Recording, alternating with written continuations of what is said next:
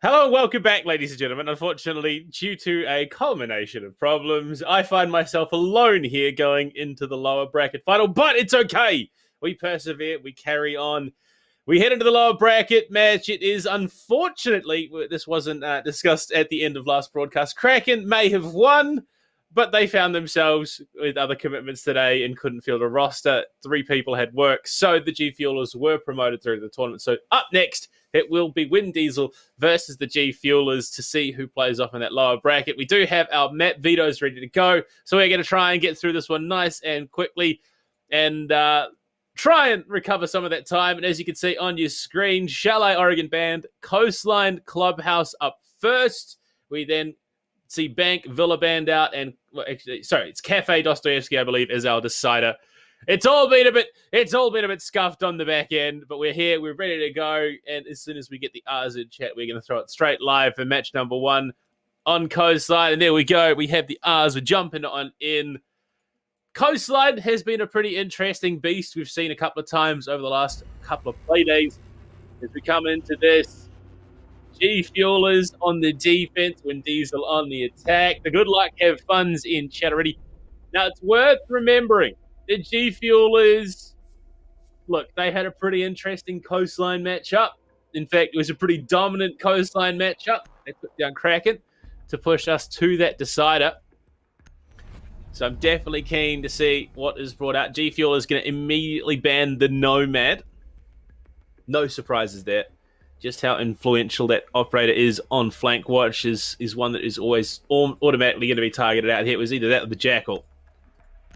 So I'm not really overly surprised at all. Lion! Oh, okay. That is some.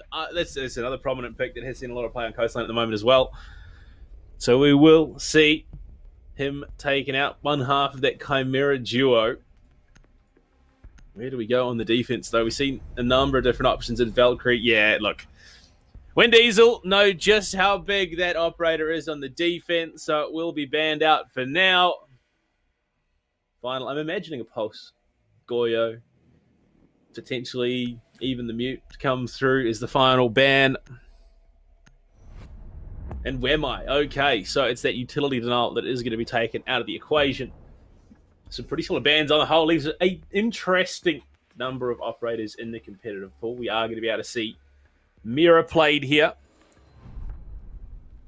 And, well, round 1 with Wind Diesel starting off the attack here. It's the lower bracket final for the AOC Community Channel. Shout out to AOC, of course. I'm commentating all of this from my own AOC monitor. It makes it all look crisp and clean. And we do have a bit of a stand-in here for the Wind Diesel roster. They've pulled in a sub, Sealy, to play. I believe that is over Joker, who probably has work or something along those lines. We'll find it out later on, but man's a busy bloke. However, we see the entirety of the G Fuel has taken the field. Captain Oz, one to watch. You remember that massive ace that he picked up yesterday. Need to locate and defuse as we jump on into round 1. Bit of lag on the start, but we persevere. We carry on. And okay, yeah, look, it seems to have sorted itself out on like Proto's internet. We tried to get him in. It took about it was literally like sending emails back and forth. The response time. Oh boy. Look, Nuttery had some minor issues with storms over the last couple of days as well, so maybe that's what's happening here. But for now, oh, this could get a bit janky. We'll see how it goes. Nuttery obviously is busy today, so we've got a standard. Shout out to Jackie for stepping up for the team. Pokedu, he's there obviously as well, but yeah, we've already talked enough about that bloke throughout this tournament. Oh, this is going to be wild. This is going to be absolutely wild, but we live for it. This is... Oh, my lord. I'm assuming the players are fine. I'm assuming it's just our connection, so it's probably something Ubisoft-related that's causing the issue. Yeah. Something Ubisoft-related. Lunchbox goes for an early peek at that main lobby double. I don't know what is going on with Ubisoft at the moment. It is what it is. We persevere. Sogs turns his back at the worst possible time. Campo and Mims will both fall. Scars was a bit of a nut job when it came to the frag department yesterday. We're hitting some insane shots for this G Fuelers roster. It wasn't enough to pick up the win, but, well, they're here anyway. Maybe schedule work around tournaments that you play. Or tournaments around the work that you've got. Either way. Marzamik answers back with Oz going down. Scar's still over towards Sunrise, so they've got a decent spread on the defense, especially given that it is that hookah billiard site. Wind Diesel, down your ace and your thinker. So hard breach, not that it's the most crucial part of an attack on this site, but utility, of course, and drones always going to help. Plus the nano booster Mims is a definite detriment. Sorry. Marzami is just going to hit a ripper of a shot. Scars falls, and, well, now we're back at the 3-3. Marzami, not one of the necessarily the standout players for Windies last play day, yesterday, obviously, but solid addition to the roster. They all really stepped up in a big way, and Sealy, newest player in this team, I believe formerly of Bandits alongside Krunai, another player in the competition. So a lot of the well-known names in the T3 scene here in the region in this tournament, making it quite deep into the bracket. Lunchbox still playing around. Cool vibes. There is that one player in, and it's Marzami to lose his head from Kitchen. That was a tight angle, and he hits a ripper of a shot. Sogs needs to take control of Cool Vibes. Sealy there with him, and it's the hatch that causes the downfall of Sealy. Jafer on the job. Now Sogs alone. He's going to get swung. Gets the gunfight successfully against Lunchbox, and he's going to be sprayed at further cookers all the way deep into blue. G Fuelers will secure the first of the map. And you'll have to see it. This is what G Fuelers are doing. Knocked out, then given a breath of life because scheduling is hard for some people. They could find themselves off the back of this best of 3 going into the grand finals. It's a bit of a story run.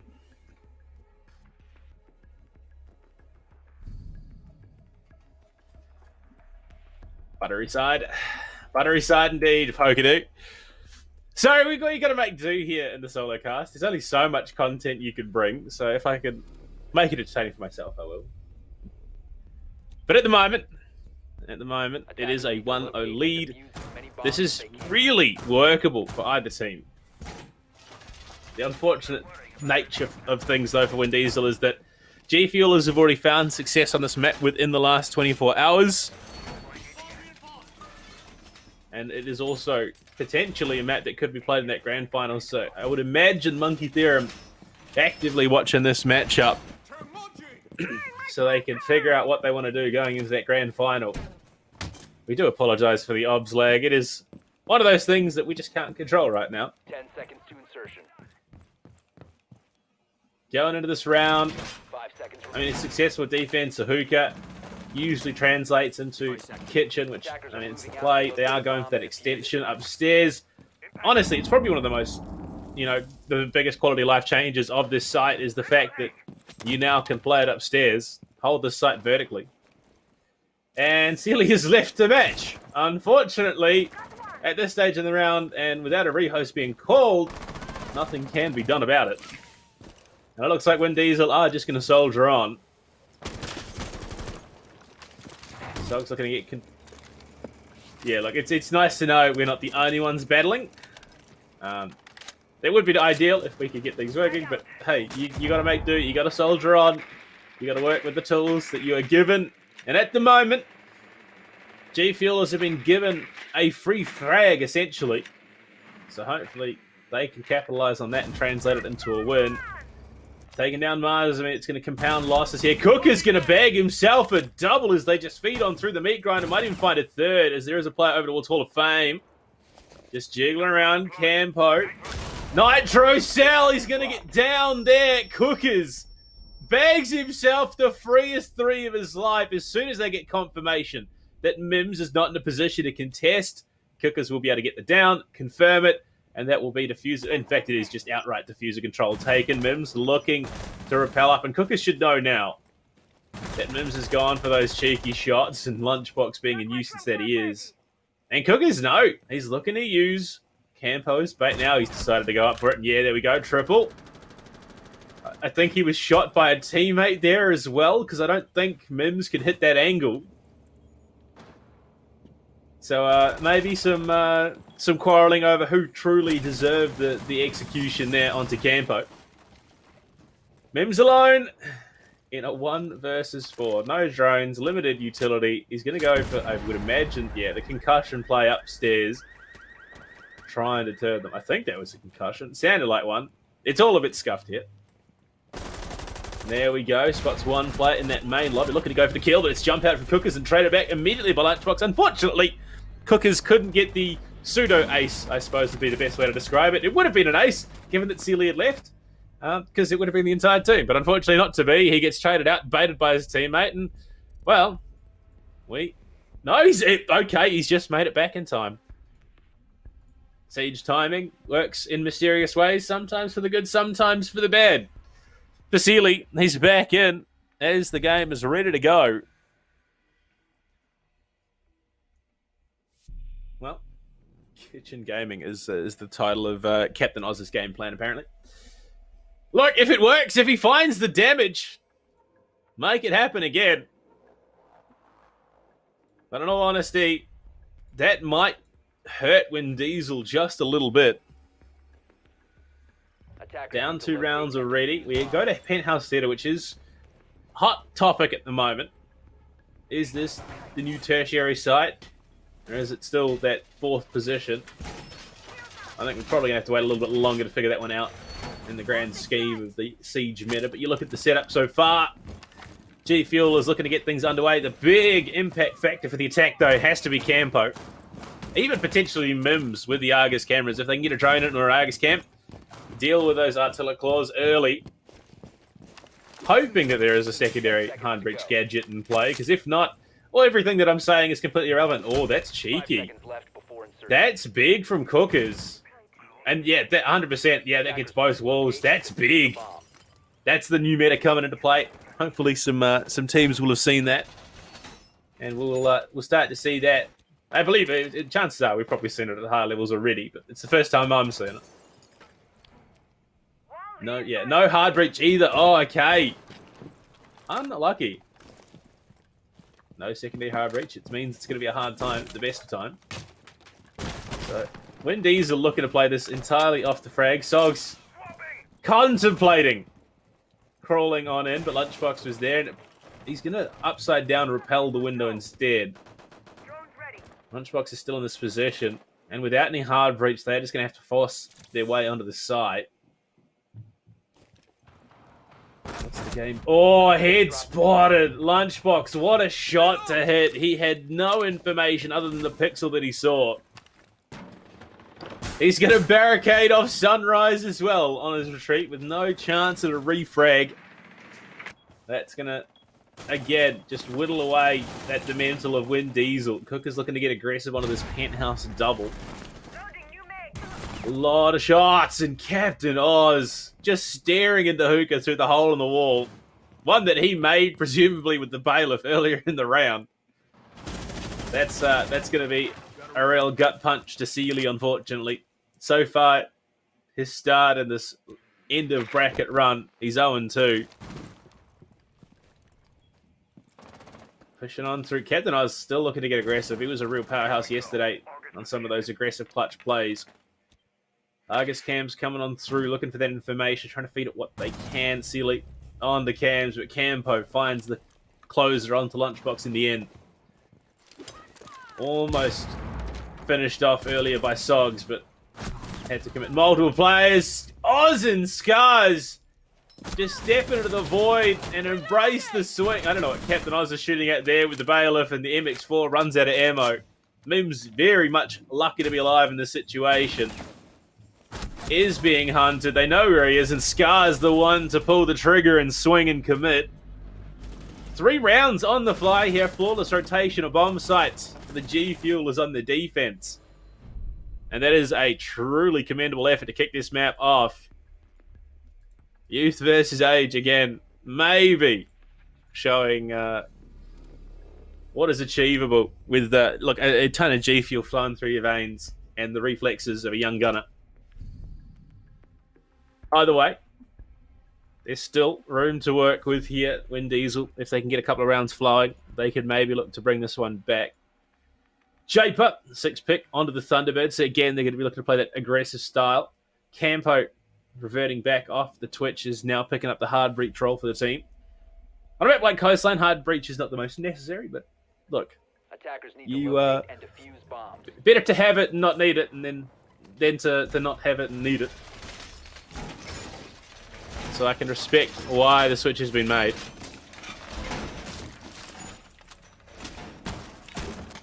At the moment, though, it's looking like Wind Diesel might just be a bit outpaced here. Double Kona stack onto Vars. A triple Kona stack on the top of Cool Vibes behind that shield. They are looking to absolutely jack up anyone playing that 90 corridor. I would imagine it might even be Scars, seeing as he's found himself quite prowessed on the fragging department.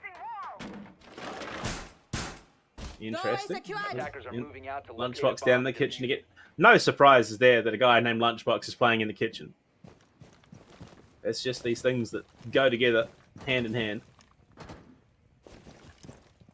You can see Wind Diesel, though, they're pretty hesitant. They're a bit wary of these G-fuelers, having been punished quite heavily so far. Mars will be just straight drop into Penthouse, straight through to VIP, wasting absolutely no time in getting some aggressive positionings going. But Oz finds Silly Cookers, somehow rips the head off of Mims. I don't know how he's threaded that needle, but it now means that Marzami is very deep into enemy territory and isolated. Sogs finds one onto Captain Oz. That repel onto the white window. Marzami looking to try and join up so they can provide some support. And Campo over by Hall of Fame. So all three attackers right now are isolated. Very much so. Cooker's healthy as anything, having picked up the 3 Kona stations on his way back. Looking for more. I believe he did just spot Marzami there over towards VIP. Find himself a drone as well in Japer. You can see there was a goo miner in play. I think it was Marzami that copped it to the ankle. Scanner the Cookers will reveal his position for now, but it doesn't have to get too deep into things. Doesn't have to give away his position. Campo will open up that angle from VIP over towards Pink Bar.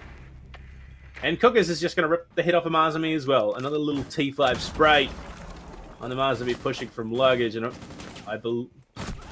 I don't know what that explosion was, but Sogs will be able to finish off the kill. I think that may have been a team impact.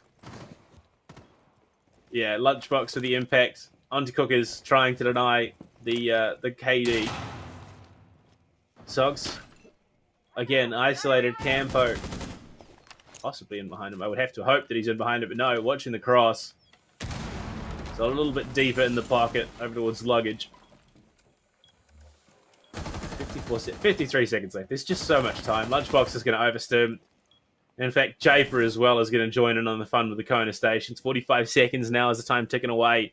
They're looking for their opportunity. There is a frag grenade and a couple of stuns. Campo he's rotated around again. So while all the players are focused on this one position of Sogs in Aqua, gun barrel spotted, and Campo, that's a ripper of a shot. Scars falls. Brings it down to the 2 versus 2 with 25 seconds. Explosion to go out. There was a frag grenade from Sogs thrown deep into Hookah, but not to find anything. Japer just sucked into the corner. Lunchbox again. Going to eat up the stem, but traded back. It's now Sogs in the 1v1. Sogs and Japer, and I think Sogs has an idea. He's going to have to jump on through, and Japer will automatically get the advantage there. G-Fuel is 4 on the fly, and that is a bit rough.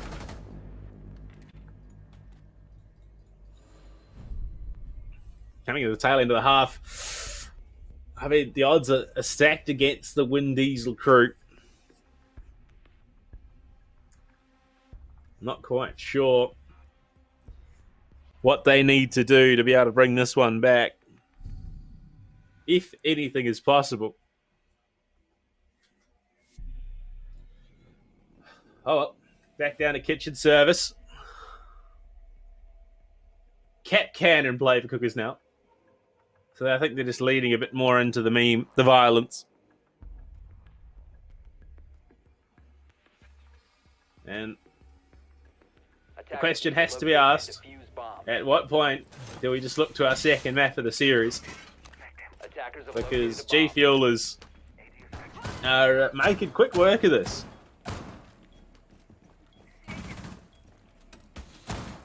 AEDT Prime, stand clear. ADS active in this sector. All right. Cooker's trying to be tactical with the entry denial devices right now, but there's only so many places you can put it on the map. He's trying to be super big brain about it. 10 seconds left before insertion. 5 seconds left. Jeepers. Just the amount of thought that Cookers is putting into these entry denial devices is rather Attackers are impressive. heading out to defuse a bomb. And well, he's gonna go into the round with 3 still in pockets. He's taking his sweet time. Luckily, Japer is nearby, so should have some coverage in the planting of said explosives. And well, there we go. Scar's the first to fall. Now 3-3 after a decent start. Sogs hits the head. Cook is still there. Still has the one device in pocket. That is not how you want to find yourself at 2 minutes. Still to play in the round. Sealy will be finished off, so they have a good chance of picking him up now. No, Cook is finally finished off by Mims as they look to get aggressive down in that office. Hopefully. Yeah, look. Kind of a telegraph when you are right there that there should be some utility in position. Wendy's are so far at the best spot they've been in to potentially pick up a round. Looks whipping a bit on the drones, going to be tagged up by Sogs as well. Frag grenade through, but it's camped off a big, decent amount of damage. It'd finally be finished off by Oz from above as well. Marzaby falls, and all of a sudden it's now swung back in favour as the trades again coming through to bring it to a 2 versus 2. Yeah. Looking for anything. Setting up a diversion. Reloading. Captain Oz playing the mind games with that pocket Prisma. The fact that there is a minute left to play, though, it means that Wind Diesel can set themselves up for this execute and play off of each other. The frag grenade available, 3 Argus cams, so they can set up flank watch for the team to cover.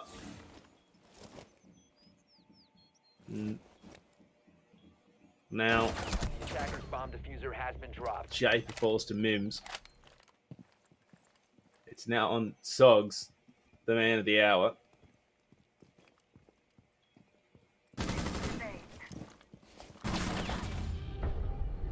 Captain Oz shuts it down. Again, clutching up from the kitchen. And there we go. A 5th round in a row. Which does spell potential disaster. As we head into the final round of the half. Penthouse Theatre on the cards. And you got to wonder, do they get a single round in this matchup before we go to the second?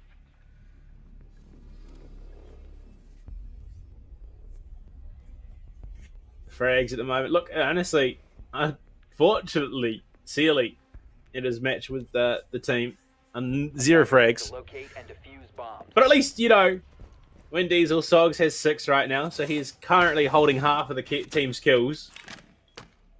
Which, look, impressive for him, not so much for the rest of the team. Whereas you look at G Fuel, there's 3 players on 6 and 2 on 3. The numbers kind of add up neatly there.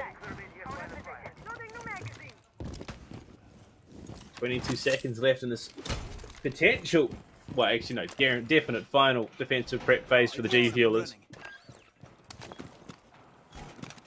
And that is going to be that 10 seconds to insertion. hard hold on the site again, I would imagine, with some extension 5 seconds left. over towards Hookah. Captain Oz, again, stepping up big for the team, looking to hold on down. Again, looking to get a bit aggressive here as he flicks the cams over towards the ruined side of the map. No real information being given. I don't think Windies want to be caught in that position, so Captain Oz will rotate himself back towards the bomb site. No, back and forth. He doesn't quite make up his mind. Sog's back in the same position. Last time he was here attacking this side, he did pick himself up that kill. I believe it's on the lunchbox of all people. New coastline. No bars to contest with, so the roof is a slightly easy angle to hold, but it's also slightly easy to contest for the defenders. Not that there are really any people contesting it just now. Lunchbox down in the main lobby. They are going for that spread, as they have been for a while.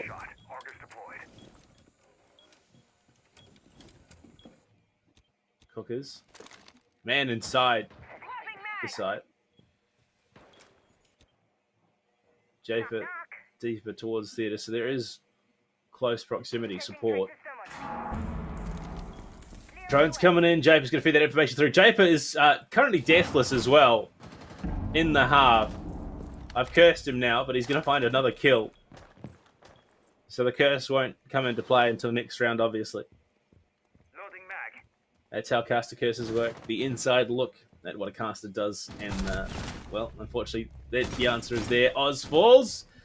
That is a Prisma. You just killed Alibi Sogs, unfortunately. He will be traded back immediately, so, yeah, look, unfortunate to say the least. Mims finds the lunchbox at Scars just through the pixel angle. That's a tilter of an angle. Answers back immediately. Japer is still deathless. He's going to go into the half deathless if he plays his cards right. But in a 3 versus 2, Mims and Campo. That's a bulletproof Campo. You got to shoot from the side. Unfortunately, he could not manage that. Mims to push up white stairs. Going to the final 50. Just pre-firing everything. Campo looking to put up some angles. Do what he can to provide that support to Mims, who is back downstairs looking to join up with him. That's precious time wasted to try and get him over towards VIP. See, Scars has pulled off that angle where he found those 2 kills previously. And, Japer across the box in the middle. Takes the head off of Mims, and Campo felled by Scars. And right now, Japer will end the half deathless. Honestly, at this point, we might just see him sit and spawn and not do anything to try and keep a perfect KD for this map. And I would not blame him, honestly. Indeed. Wouldn't blame him at all. Hello. Yeah. Oh, look! We've got someone joining me. I'm not alone. Cthulhu's here. Welcome. It's 6-0. Japer is not dead yet. Oh. Japer not being dead, that's quite huge. Sealy, however, is the opposite of that. He has died every round and not found a single frag. So, that's where we are. You're all caught up. Yeah, right. Thank you. Yeah, it is. Look, I'm kind of looking initially at this matchup between Wind Diesel and G Fuelers. I kind of expected this to be a bit of a closer game, given that, you know, the whole stack of Wind Diesel looks like able gamers, but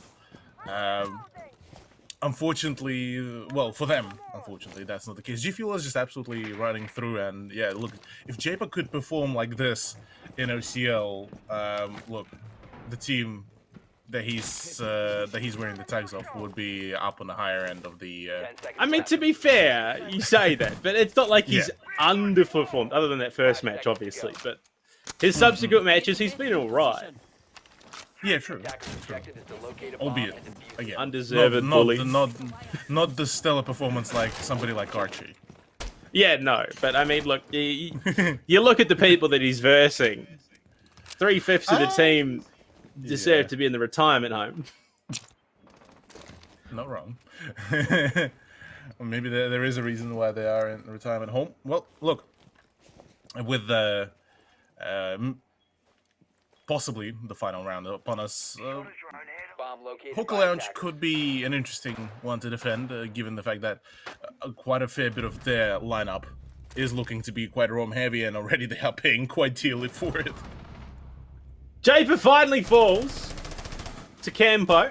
Unfortunate, so Not the perfect KD that he would have liked to end the map, but still a 5 KD is nothing to sneeze at. 2 minutes left in the round. You've traded an alibi for a sledge on hookah billiards. I mean, honestly, that's workable still for the G Fuelers. Oh yeah, G Fuelers could still very much scrape this. I've seen some of the even worse unscrapable rounds, and Lunchbox seems to be kind of the key for this kind of a success story. But oh, Campo trading him out, meaning that we are back to 3-3. But you look at the time, there's still just above half a round to go, and we're already seeing some mad frags. That is the main storyline here in the AOC Community Challenge. Speedrunning. I didn't realize it was a speedrunning tournament, but each their own, I suppose. Sealy finds himself as one of the 2 remainers as Sogs does fall as well. What do we reckon, Cthulhu? Does Sealy... Oh, there we go! He's done it! I was going to say, does he get a kill before the map ends? And he's done it. I'll shut up now. Yeah, man is on the board finally, but look, collective KD is not particularly looking too bright either. Scars and Captain Oz could very much still clutch it out, but the health disadvantage is there. 50 seconds to go, though, is still relatively workable, so we may just be able to see them pull out some miracle, because really one is hiding behind the bar, one is hiding behind the hookah wall in a matter of 40 seconds, unless they make a mad rotation into the VIP hallway. I'm a bit dubious about the success. Sealy is going to contribute what he can to the round, and impact throw-in towards Aqua.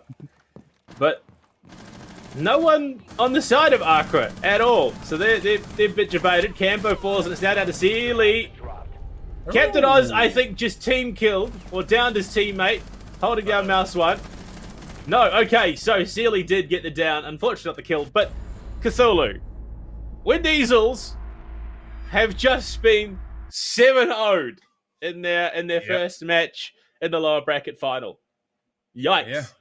Yikes. Yeah, look, that's something that I haven't really expected, because when I initially looked at the bracket and at all the teams signed up for the AOC Community Challenge, I looked at the team of Wind Diesels and look, it looks promising, you know, for the all-time sake, the ye old LFO roster, and it kind of flopped. Yeah, well, it worked to a certain degree. Vin Diesel's 54, so I don't know why you'd want to model your team on a guy who is getting to the age of retirement. But as it stands, that's map 1. We've got 2 more to go. Look, Cthulhu, do we even get a third map? Do we even sniff out the third map after a match like that, do you reckon? Look, I'd say the chances are quite low if things go the similar way, so I reckon we might just wrap it up on the map number 2. Well, map 1's done. Map 2 is going to be just around the corner. We'll throw it to a quick break while we get ready for it, and when we get back, we'll see if Wind Diesels can hold on for any longer. See you soon.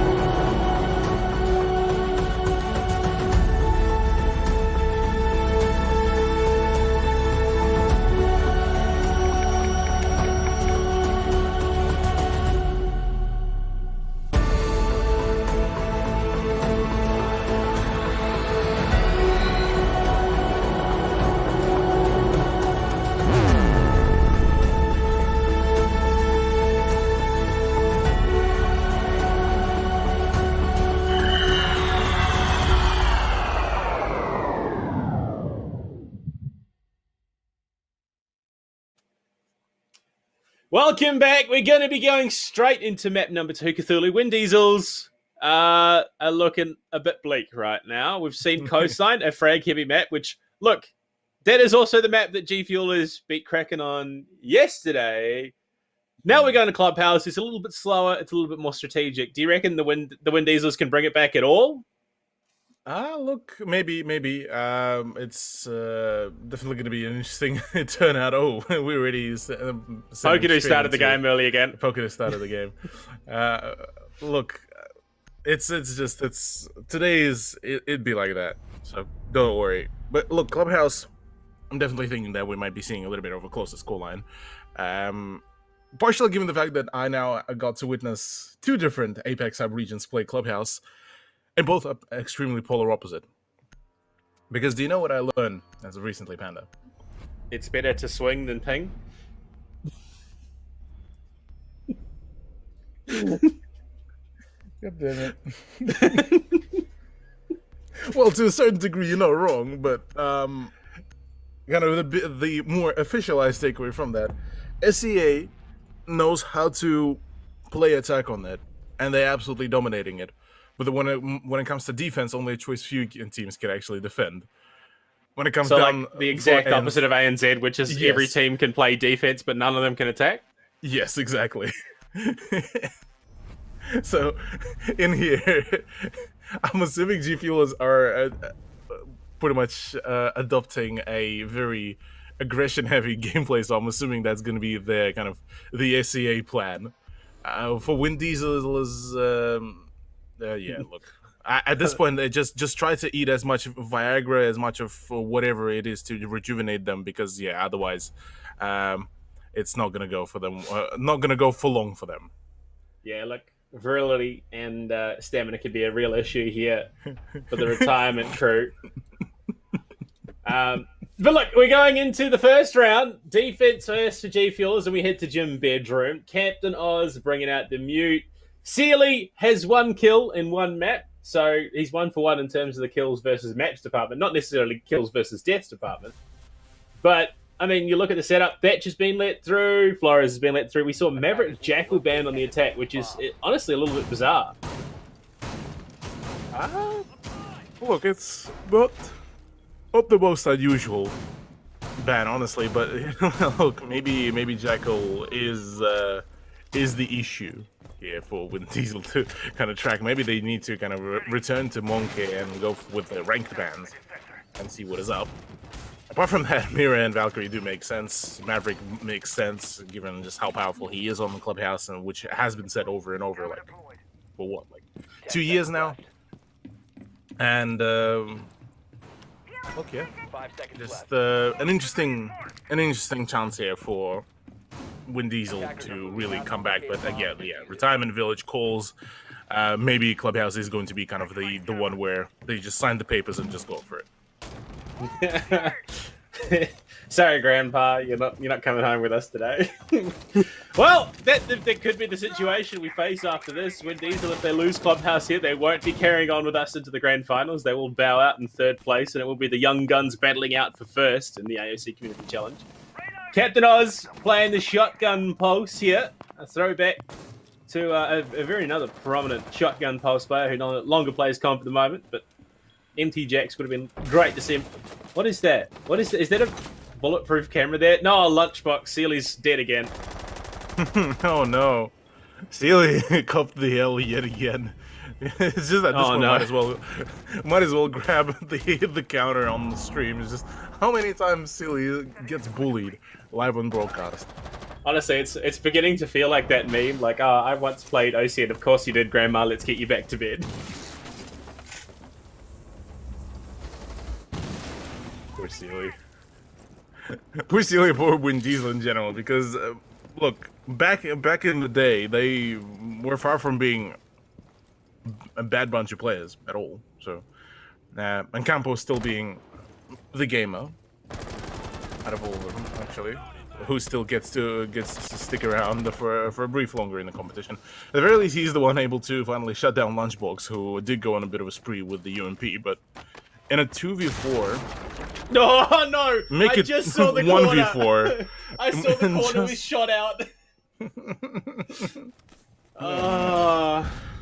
C4 just like that works out, and Cooker's Oh my god!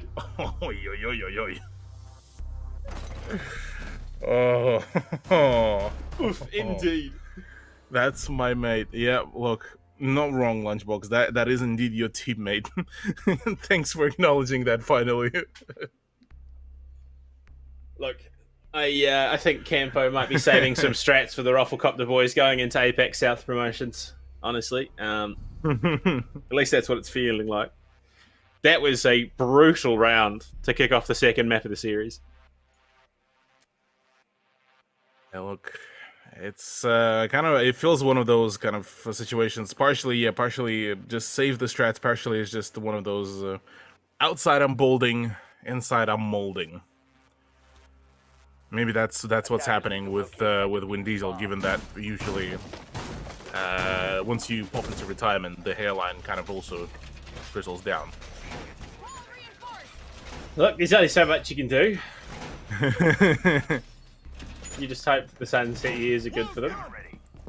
But G Fuelers, I mean, look, for a team that was technically eliminated and then got the free pass through because Kraken couldn't schedule, they are doing some damage at the moment. What is this triple stack of Kona stations again?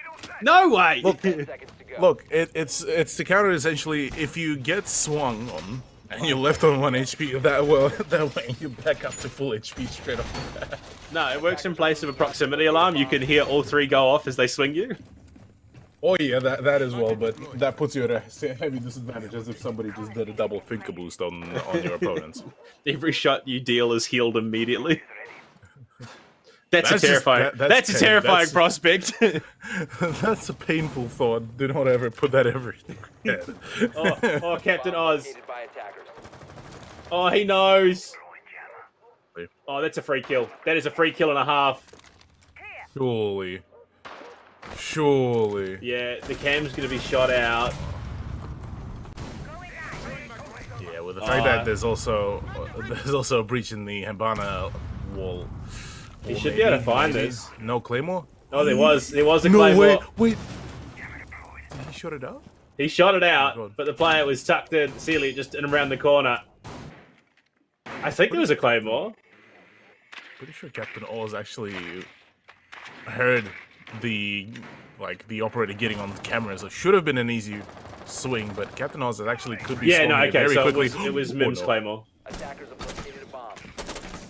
Look at him standing wide open in the doorway. What is happening? How is this allowed? How is he still alive? Captain Oz. He's just the luck is with him all the time, it seems, at the moment. Audacity. I mean, it's gonna be like one of those things. Like it turns out he's Mackenzie's younger brother or something. Just no care in the world. Wants to contest every gunfight from that garage doorway. But for now, I think he has pulled off. He's going to be shot at. But if he comes up red, he should be fine and dandy. They have got the wall open, obviously, with only a mute to deny it. It wasn't going to be that hard of a task. Attackers dropped the diffuser. We might just be able to see some more, but no, never mind. Okay, this is just a bloodbath starting from the get-go, and there's still yet to be contention for the rafters. Mims walks in, finds two before being traded back. That's definitely a worthwhile engagement, given there was a breach already. Lunchbox walks into the waiting arms of Sogs. That LMGE is just holding the angle. Campo doubles down with a couple of scars as well, and it's now down to Cookers, who, I mean, despite that ripper of a headshot last match, finds himself in a situation where he could be quite easily overwhelmed. Does have the Coda stations, though, which could make for a very interesting close of the round. A headshot, Mazumi falls.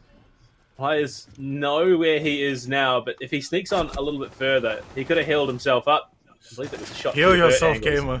Yeah. No. Okay, he just beat. If he'd healed himself, it might have been a different story. Yeah. Look, I definitely would have said just send it for all of the memes and intents and purposes. But this is definitely a much better round by Vin Diesel, purely for the fact that this is already a round more than what happened on Coastline. Actually, could you remind me, Panda? This is Vin Diesel's map pick, right? I would hope to God that it is. I honestly could not tell you. I believe it is. I'd have to I'd have to go back. Okay, so it Okay, is. yeah, it We've is, had yeah. confirmation from the hit or miss observer Pokedu Need to locate and defuse that it is in bomb. fact Win Diesel's map pick. But the fact that they let G Fuelers take them to Coastline as map 1 is a little bit concerning.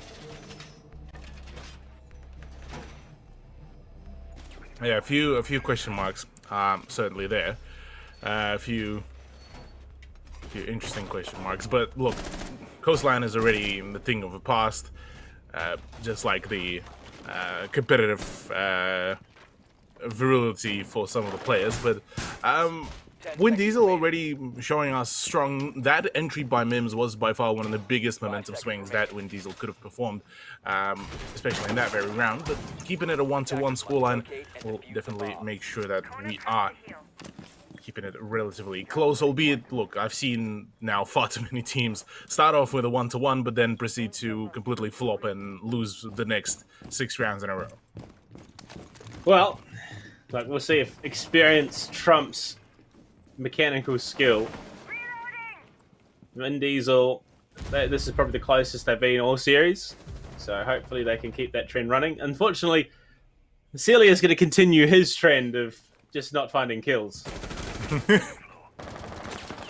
Yeah, look, not the best case scenario, really.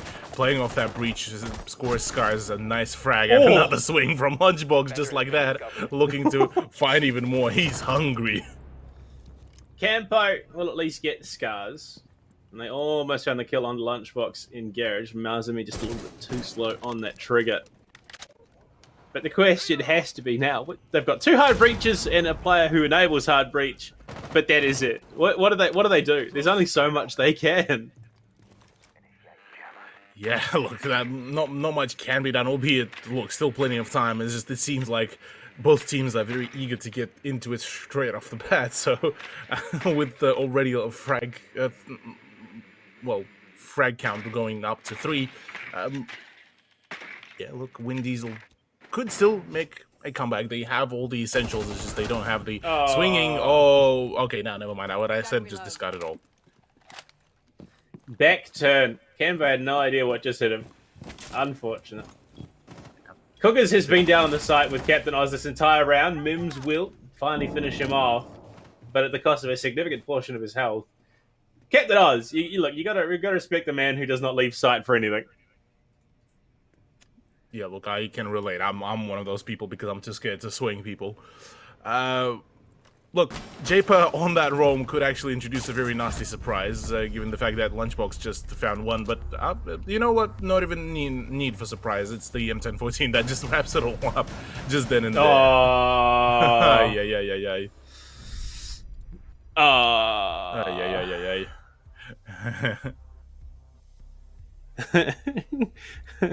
It's just not the best case scenario here, really, for Win Diesel just getting shut down like this. Consistency is certainly going to be a large question for them. G Fuelers, look, if they can keep this up, if they can keep up this kind of uncontrolled chaotic aggression, we might be seeing a quick turnout. Defenders, protect your bombs from being defused by attackers. Well, going into the 4th round, we're going to be heading straight back to Gym Bedroom, which is where things started to unravel, and quite quickly at that. G Fuelers won this one quite convincingly, and we just it was Lunchbox who kicked it off from CCTV, mowing down 2 players of Win Diesel. So obviously the biggest problem has to be flank watch for the team. Yeah, with the fact that Jackal is kind of banned out, it almost feels like Win Diesel kind of shot themselves in the foot here with that idea. Maybe a choice of bringing in Lion, maybe a KB as well, could make do, but apart from that, it's just, yeah, really Win Diesel need to just start locking down their opponents, trying to, in any shape or form, slow down their approach, slow down the defensive swings, and play around that, because the moment G Fuels are stationary, that's when Win Diesel might just be able to find those frags.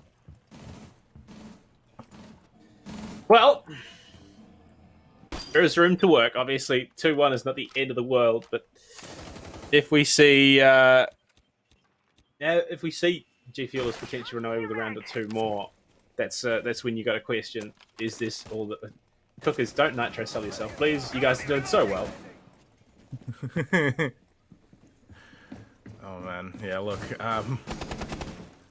there's a few hopes and prayers that there won't be any kind of odd thoughts about what could be done or what where the C4 could be flying. And there we go. Lunchbox completely gets himself healed back up to nearly full HP after an attempt at swing.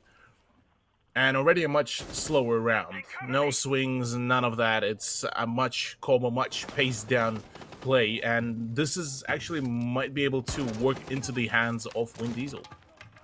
Get Gemma in place for Jafer means that they can't quite open the wall. But a nitro cell encounter is going to... Oh, that's clean! That is big. Unfortunately, it doesn't rate it. But it doesn't find anything. So Jafer will pull back for now. But Lunchbox, look how aggressively he's standing.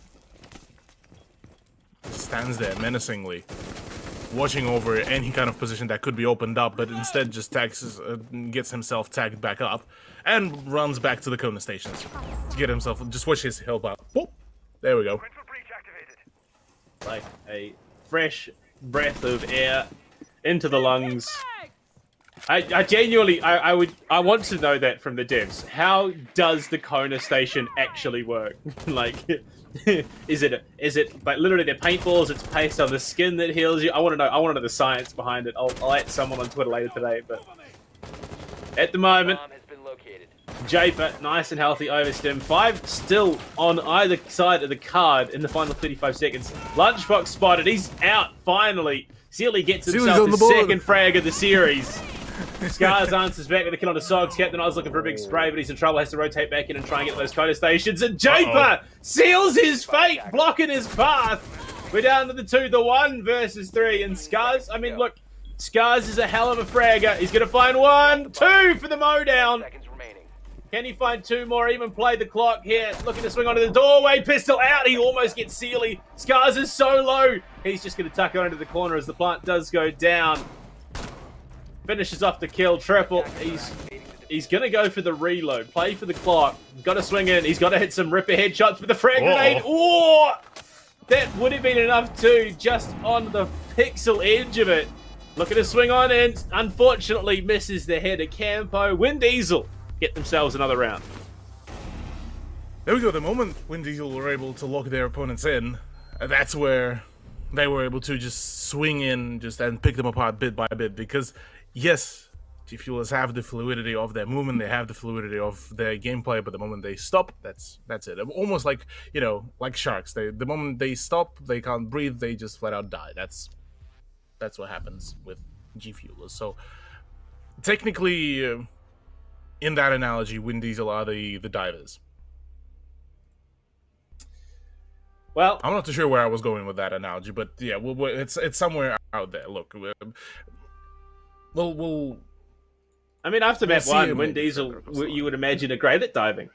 They're really, really good at going down, 7-0.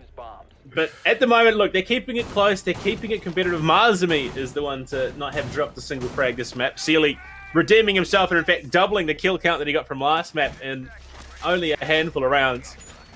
So maybe this is their comeback. Yeah, it could be. That maybe Clubhouse is going to be the comeback time. I could possibly see that happen because, yeah, look, G Fuelers definitely look way less convincing, especially even by the conclusion of Coastline. You could see maybe some of the cracks starting to form in, maybe some of the, maybe a need to refresh a line of G Fuel as well. Could be there, so heck knows. Well, either way, Clubhouse defense. Either way, look, yeah, something needs to change because at the moment we are looking destined to find Cafe. Lunchbox for the first time on anything other than the castle. I believe is going to be an interesting pairing. I mean, Scars, I'm pretty sure he played something different off a castle. I think on round 3 or something. Possibly. No, this castle has been the most notable one so far. Anyway. Yeah. But Scar's back in the garage playing the rafters with Cookers, so it's a dual swing. Pressure on the ground floor could actually help Cookers quite a whole lot. Plus, it just adds a whole lot, a new layer that Wind Diesel will have to clear out. Interesting to me how Wind Diesel actually just making sure that they're checking for where to place the charges, where to not place the charges, and maybe some pressure in through the supply room is going to be the play. But instead, actually, it's Campo to try to make some work done around the CCTV wall, and Sogs to actually open up the school line. Standard openings and Scar's looking to get aggressive. Oh no! Uh-oh. Cookers with the artillery claw. And I believe a trick at that. That's huge. Whilst we're at a bit of a downtime, can you explain to me what is happening with Tiltag as the Twitter, the timeline just let up? Hashtag justice for Tiltag, hashtag justice for Hunter. Nah, they don't deserve justice. It's fun. Oh yeah. Okay, right. Moving on. Mazami gonna try to find a shot, or rather an angle to cut off any kind of rotation from the rafters, fully now acknowledging that there may be more than just a single person presence over there. So with that kind of collapse starting to happen all across all the positions, G Fuels may be finding themselves at a bit of a predicament now, purely for the fact that, well, they no longer have that fluidity anyways, so we're possibly going to be seeing a third round from Wind Diesel. I mean, as much as I've been saying, I mean a lot over the last couple of broadcasts.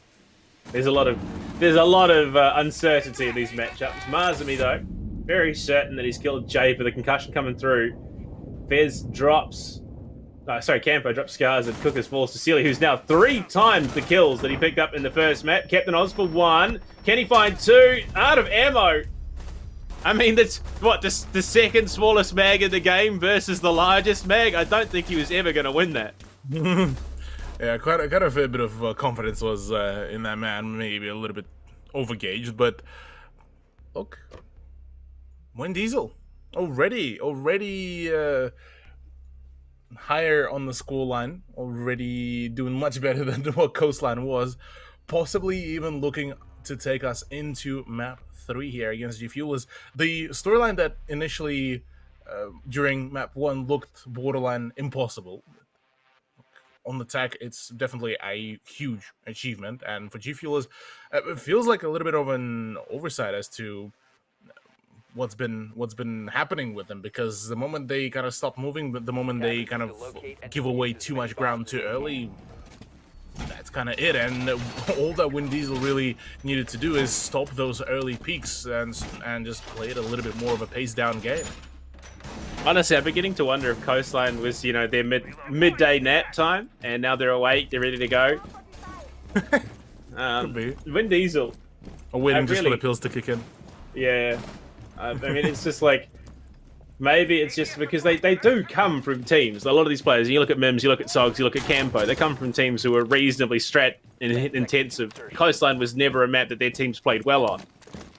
And you now come to Clubhouse, which again is the opposite. It's strat heavy. You're looking at teams that were strat heavy and played around that. So maybe that's just the dichotomy of what it is.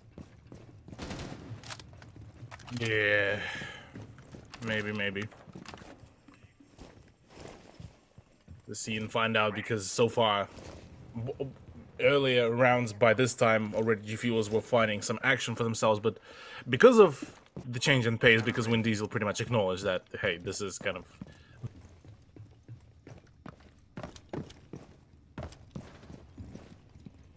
Unfortunately, Cthulhu was dropped from the VMix. We will hopefully get him back in nice and quickly. But right now, nothing is happening, so he's not missing anything, except for Captain Oz absolutely shotgunning the living hell out of 2 players, as I believe that was a push straight through dirt. He's been down from above.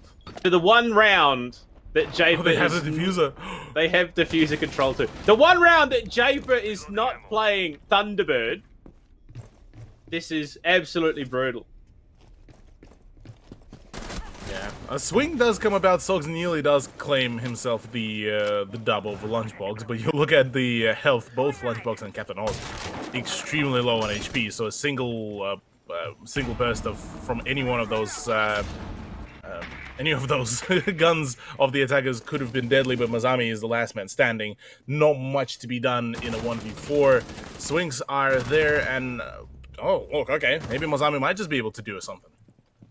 There's still a nitro cell left in the hands of Cook. Is it? Oh, he's absolutely taken Captain Oz out of the equation, but the flank is coming in from behind. Kajapa, freest kill of his life, and G Fuelers will equalise the half at a 3-3.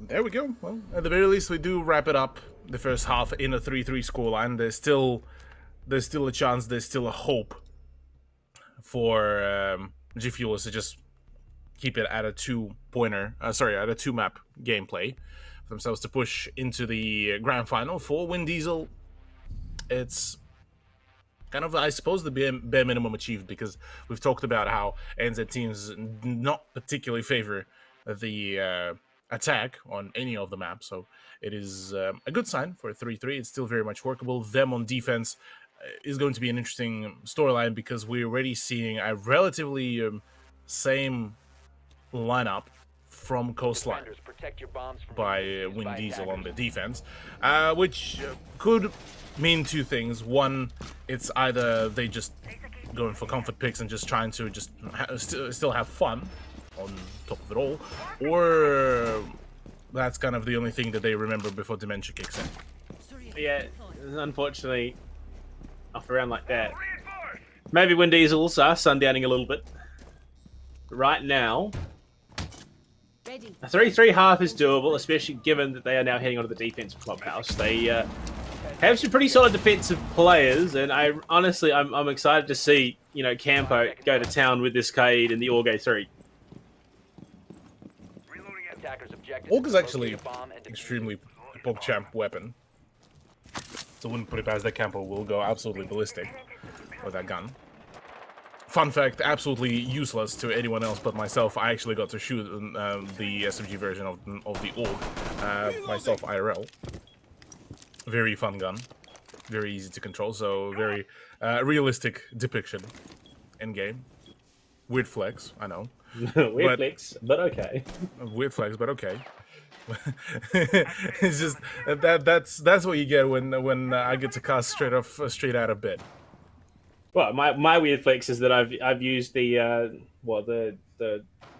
hunting adaptation of the M590, the Remington shotgun. It's not quite as efficient as it is in the game, but it's close enough. I think I once tried to reload it as fluidly as the likes of Mute or Smoke, and I jammed my thumb twice. So you got to be a little bit careful with those. Yeah. Okay. Yeah, I can to a certain point relate about jamming the thumb with a different gun. But for some other people, it's jamming just their whole life. Celia out of the equation already. And shout out to Japa. Shout out to Jay for that. Boy, he's doing his job quite cleanly. He almost got shot through the vert there. Lunchbox as well, going to be clipped in the shoulder. Clavicle damage pretty significant there off a Campo holding an angle from the table. he's choosing violence. He wants to open up more of these angles. We do see a bit of chip damage across the board for the G Fuelers right now. But Win Diesel, they're keeping themselves grounded in the remainder of this round. Now, I mean, I would imagine that this is kind of going to be the play here, with the fact that Mims is able to keep his angle nice and tight, nice and checked. Really, in a 4v4, they are essentially kind of playing for that last moment push that will be forced upon G Fuelers. And with the kind of lineup that they have and the kind of crossfire that they have set up, it is going to be borderline impossible unless some miracle swing are going to come about. And Sogs decides to swing out of the doorway. What is happening? How is this allowed? Lunchbox almost collects a second one there. Mim's going to be tagged as Lunchbox somehow allowed to get away. Skies might just find an angle, but it's Oz to walk on it and take down Mims. His counterpart on the Ace machine. Marzami still in dirt. Things are about to get a bit hectic here. Campo looking for the angle from the bar. Does take the head straight off a Lunchbox, but it's still a 3 versus 2. Swarming on in. Cookers drops him back. And Captain Oz with a pistol. The secondary out. No ammo needed. Okay, so he just overcommitted to the spray. Pulls out the secondary. Finishes it off. Look, not quite as grandiose as I may have made out, but it works. Yeah, look, Captain Oz just said, "My life is potato," and kind of went in. Look, About let's be the honest. Collectively, our life is potato. Our life is potato as well. Yeah, We look, can relate. can certainly relate. Oh man, bit unfortunate what happened during that round though, because actually Vin Diesel had quite a large brain idea. Just try to hold down the fort, play for those crossfires, and if not for the fact that a certain MPX 1.5 times scope wielder wouldn't have pushed out of the doorway, I actually reckon they would have been able to hold on at least for one of the sides for much longer. Well, unfortunately, we will never know, as we do head up to CCTV now. It's that question, like, what at this stage can you do if you win Diesel? You have now been proved that you can't hold on to the defense because G Fuelers are just cracked sieges and will happily swing you any opportunity they get. And with the utility that's on the board, they are going to get CCTV open. In fact, they're going to get themselves a number of points of egress into the site. Almost look to hold things down with the likes of a Pulse or play those Nitro Cell gamers. Yeah, play Pulse. Play for that chaotic nature. Nitro Cells will be your best friend. Borderline even maybe introduce the fabled whole mirror setup to chuck on the main wall and just use for impact tricking. Bring in a Maestro. Just use all the cheesy ways. Borderline as well, sorry. Discard all that. Just bring Capcan, stack five charges on one of the doorways. That's it. You guaranteed it'll pick up.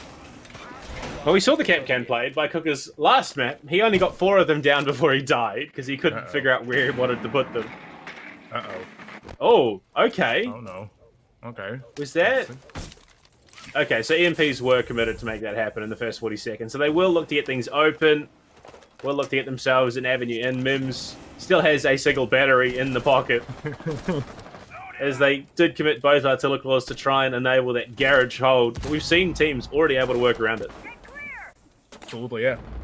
Well, G Fuelers did manage to show us before their adaptability to the play and still being able to keep up the aggression. Borderline, I think the attack is going to be even more favorable for G Fuelers unless something does go completely wrong. Apart from that... Hold on.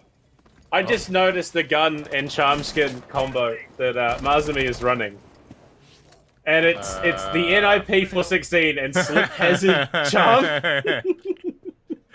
I don't know if that's an intentional thing, but that is some top tier quality meme. That's I rate that meme. Mazumi definitely is an knower for a quality post. Look, about to go in for the swing, gets his unexpected prey and lunchbox out of the equation, dumpstered, and sent to the toddler's school yet again. At the same time, Cooker's going to find camp. I think, yeah, he's channeling success from the downfall of ninjas in pajamas. But at the moment, G Fuelers are the ones taking the lead in terms of the player count, and they are getting some good positions on towards the site. At the moment, I would believe they transition this into a win, given all the momentum they've generated. Just be able to actually pull that off could be a huge dub. Even that Mims and Campo were one of the big performers. If Sogs and Mazami could have performed, that would have been a different storyline, but Mazami is already no longer for this world of the living.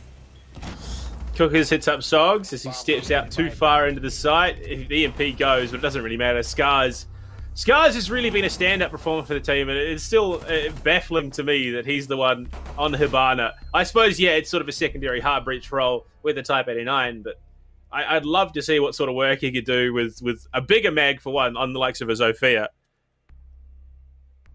I think it's more so just the fact that the Hibana's Type 89 just provides a little bit better rate of fire. That, I think, is probably the main reason of the usage behind all of this. So I wouldn't put it past if that is, well, the actual case about here. But look, yeah, apart from that, 5-3, we are looking to probably wrap this up relatively quickly. Defenders, protect your bombs Well, from being defused by attackers. Look, it puts Win Diesel in a pretty rough spot. They're down 2 rounds. One more. G Fuelers get map point, series point, grand final point. And that's not a situation that a lot of teams can bounce back from. So, I mean, honestly, is it the weird and wonderful that this should be the game plan here for G Fuel for Win Diesel? Do they just go for something a bit out of left field? That's probably going to be the only big solution really here for G Fuelers. Honestly, I definitely think that the things that been so far transpiring for them is just kind of just go for. Sorry, not for G Fuelers. What am I even talking? Win Diesel. They just need to do something absolutely outrageous for it to actually work, because otherwise G Fuelers will just absolutely get rolled. Well, round 9, and Lunchbox is just going to full send it in again. He might even be able to find a decent flank here, but the player in question, he was chasing, ran back down towards the site, and Sealy is going to look to get the hell out of Dodge up through CCTV and well, actually just through cash. Didn't even go through CCTV. And now, I mean, Win Diesel at the drop of a hat are retreating.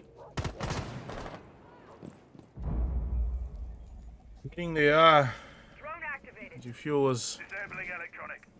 First time in a while on their attack are looking to be just absolutely throttled down, shut down, and not really being given a lot of space. But Scars is able to at the very least keep this up, and Mazami is no more of this round. So perhaps some sort of wonders could be still committed by the rest of the team as Sealy just goes in for swing. That's exactly what you're looking for. Unfortunately, yeah, look, Mazami not quite having the greatest game, Sealy neither, but I say that, I was about to say he's got the one kill there. It's a big impact, and then he dies immediately after. So, leaves it the 3 versus 3. Which is favourable technically to Win Diesel, given that Jafer is lower. But I think it's Campo that has to be the linchpin here. That Nitro Cell has to put in some big work if they want to pick this round up. Well, in a 3v3, there's still so much time to be played out. Win Diesel could still very much throw the spanner in the work here and completely deny a lot of presence and a lot of progress that was gained. So, wouldn't put it past that this may be kind of the end case here for some of those players. Apart from that, look, Win Diesel might just be able to win this out by just being able to drain time properly. Oh no. Oh no. Uh-oh. Jafer got hit pretty hard there. Unfortunately, not going to be able to bet the Nitro Cell off of it. So it will remain at a 3 versus 3. I think Jafer dropped 10 health technically after the fact, but Scars falls. Campo's been pretty efficient on the headshots there from that position in the basement. 25 on the clock. Captain Oz knows that this situation is a bit rough, but he knows where Mims is. Drops in, frags it out, but is traded immediately to Japer. Sneaking his way on through, shut down by Campo. Win Diesel will bring it back within 1, but it's a tenuous one. Tenuous indeed. Look, it's still far from being over yet, and quite a miracle will really be needed here to just keep up this whole dream, keep up the run and the life and the living force really here in general, because things are not looking too particularly pretty for that roster still. G Fuelers, though, they did get slowed down. They still trying to find their stride here, and yeah, not a pretty performance from them last round either. So they're looking to clean this up. They're looking to try to not get the friendly fire in, and well, from there on, just look what could be sorted out. I mean, look, to be fair, it's a trend that is carried over from the last map. We saw a few shots being traded between teammates on the side of the G Fuelers. I think mostly because they were so far ahead and they didn't feel threatened. But this time, when there is literally a round difference, I would imagine they want to avoid it as much as possible. You can stop worrying about grenades now. Camera activated. Oh man. Man, oh man, oh man. This is a peculiar turnout, to say the very least overall. 10 seconds left. Looking to Now for Vin Diesel to keep up that play, keep up that kind of slow down as much as possible, albeit on Gym Bedroom, this may be a bit of a tall order. So we'll have to watch and learn and watch and see what could be done. I'm liking these setups from Memphis as well, with the mute jammers as well, to just disallow any kind of info gathering with those drones, any kind of sweat setups with the camera. So it's just going to be purely off the back of some of the gunfights, which I still think that Vin Diesel could certainly take very confidently. Plus, with the addition of Mozzie on the same positions and doubling down with a utility and Sogs on a roam, this could be a very deadly combo. The other thing of note is that this is the last thing either of these teams want, knowing full well that Monkey Theorem are waiting for them in the grand finals. The less rounds you can show, the better. And 7-0, great for both teams. They've only revealed 7 rounds, and if anything, it's more G Fuelers that you could take away from it. But going to a map like Clubhouse, which is a mainstay, revealing this much of Clubhouse is probably going to be detrimental going into that final match of the tournament.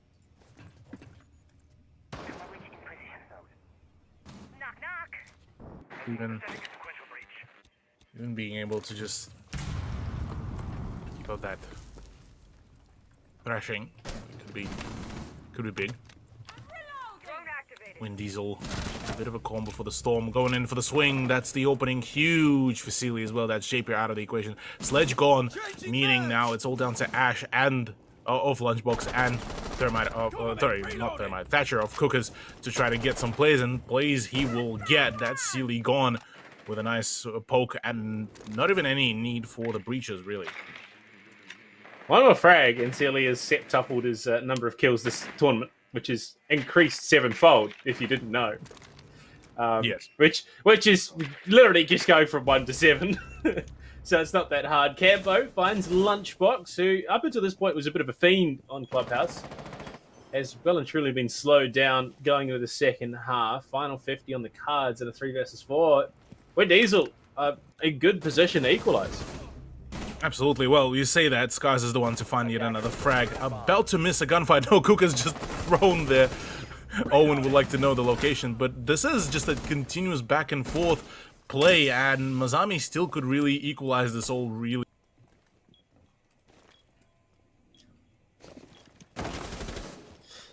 Well, unfortunately, Cthulhu's dropped VMix, but we go to the final 20 seconds as they look to push on through.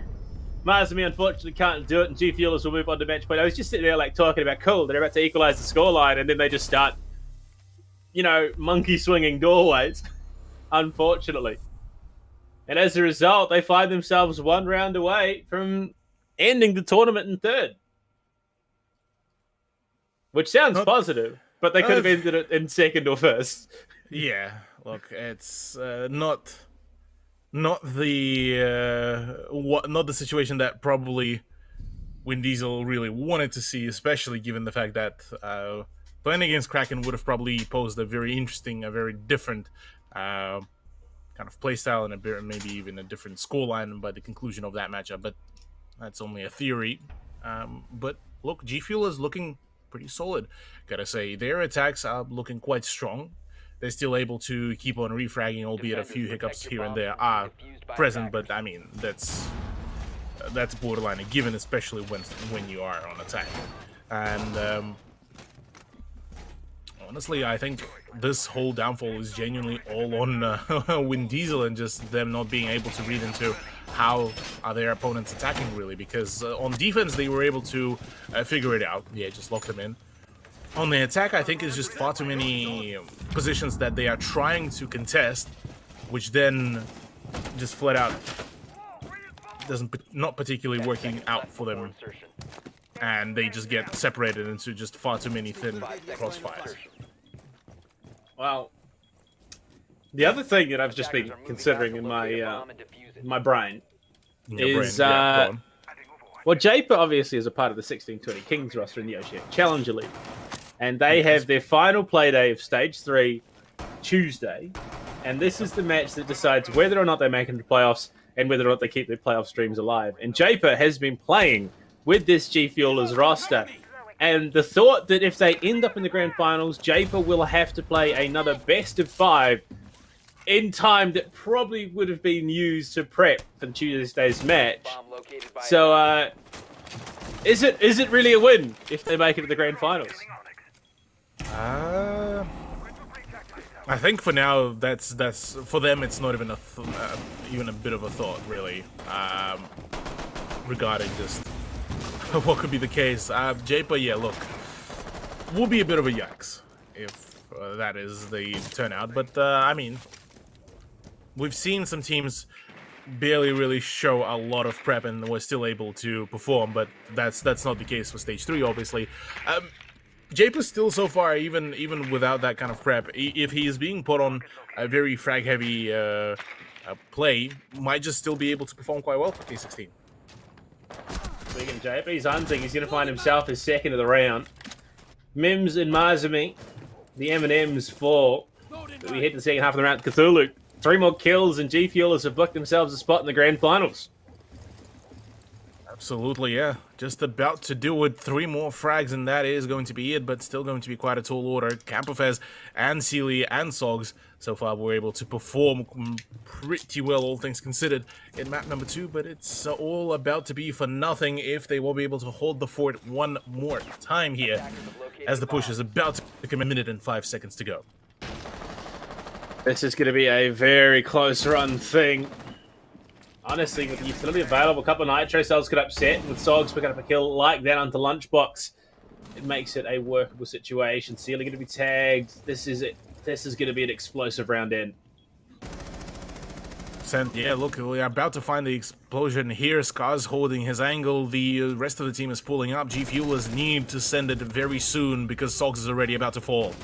Japer with his third of the round, looking to cover the cross as the plant goes down. Sealy falls to Scars, and it is Campo left alone. He's got swung on. Nitro cell tossed towards top red, but unfortunately nothing found. He just absolutely rips Captain Oz's head off. Japer heads outside to cover the breach, and it's the 2 SAS operators tagged. Very tagged right now. Cookers, though, in cash, watching the cross from Campo, who might just sneak his way across, kill the player on the breach, and then look to deal with the player in the site. Trying to play around that very, very tight opening end, but Cookers, watching the rotate, closes it down, shuts it down, and books his team that spot in the grand finals. No rematch chance for the Wind Diesels. Not at all. That's it. Shut down. GG well played. 2-0 victory for G Fuelers as they, yeah, like you said, propel themselves into the grand final. Quite unfortunate turnout for Wind Diesel, given all the promise and all of the storylines that could have been done. But look, still, nonetheless, a 3rd place is still a solid run overall. Now, we do have the grand finals coming up, and it's locked in. It is going to be Monkey Theorem taking on G Fuelers. Monkey Theorem will, of course, get that upper bracket map advantage. We are going to throw it to a quick break. When we come back, we will be having a chat with the winners, of course, G Fuelers, and then we will throw it to a break going into our grand finals. We'll be back very, very soon. Don't go anywhere.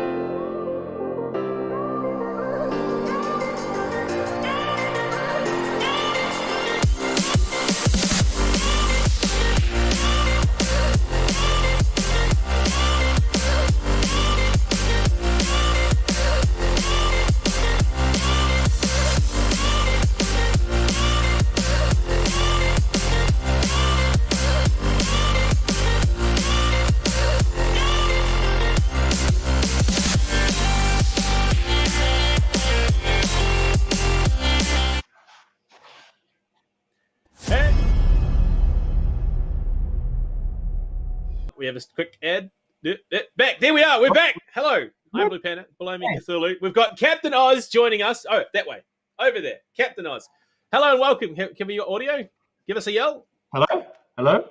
There we go. We've got him. There It's we go. all coming together. You good? Now, look, Yes. Oz, coming into the tournament. You've cracked top 2. What does it mean? Have you enjoyed the comp? Have you guys had fun?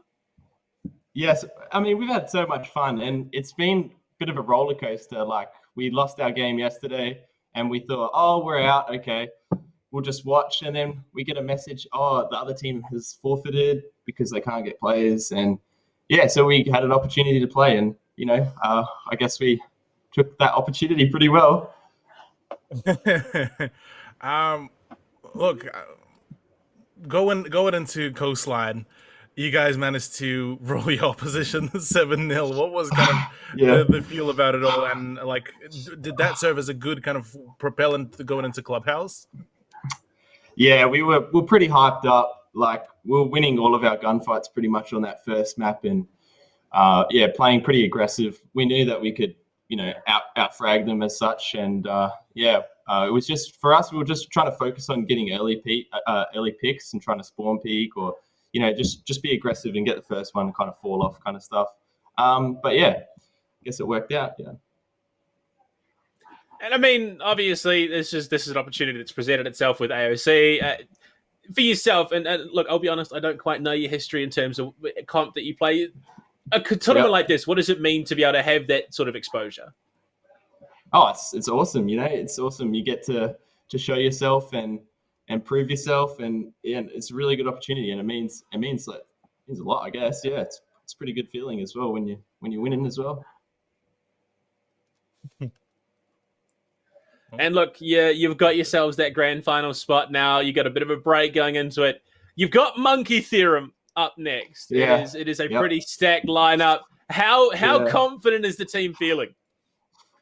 Oh, we'll try our best. I mean, we feel pretty high after this game, so we'll see if it can project us into the next game. We hope it will, and we'll see how we go. We'll see how we go. Awesome. You'll have to hear it. Before we let you head off to go and get prepped for that final match, anyone you do want to shout out? I'd like to shout out Big Japper for coming in. He's on the roster, and he wasn't really meant to be playing, but he said he'll come join us for these last couple games, and thanks to him. Yeah, look, he's got a pretty stacked week ahead of him with the Oceanic Challenger League as well. So I suppose warm-up matches, you take those where you can. We'll let you head off and get ready for that grand final match, get yourself some lunch and have a bit of a break. But Cthulhu, that is going to bring, lower bracket finals to an end. When we come back after that break, it's grand finals time. We'll see if the lads over on the G Fuelers can upset Monkey Theorem. We'll be back later. All right. See you guys.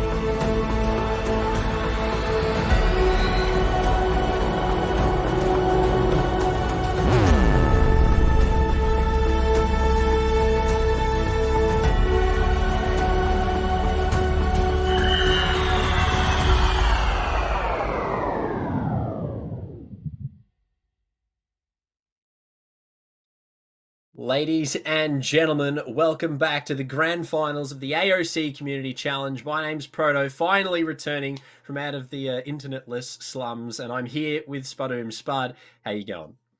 I'm doing really well. It's been a long day for a lot of these teams involved. Yesterday we had, of course, 2 games. We saw G Fuelers playing against Kraken, and due to some circumstances, G Fuelers have actually managed to make it here today, and where they actually beat Wind Diesel in the previous game. So a surprising, result for all of us, I would say. But yeah, I'm really excited to see how this all pans out today.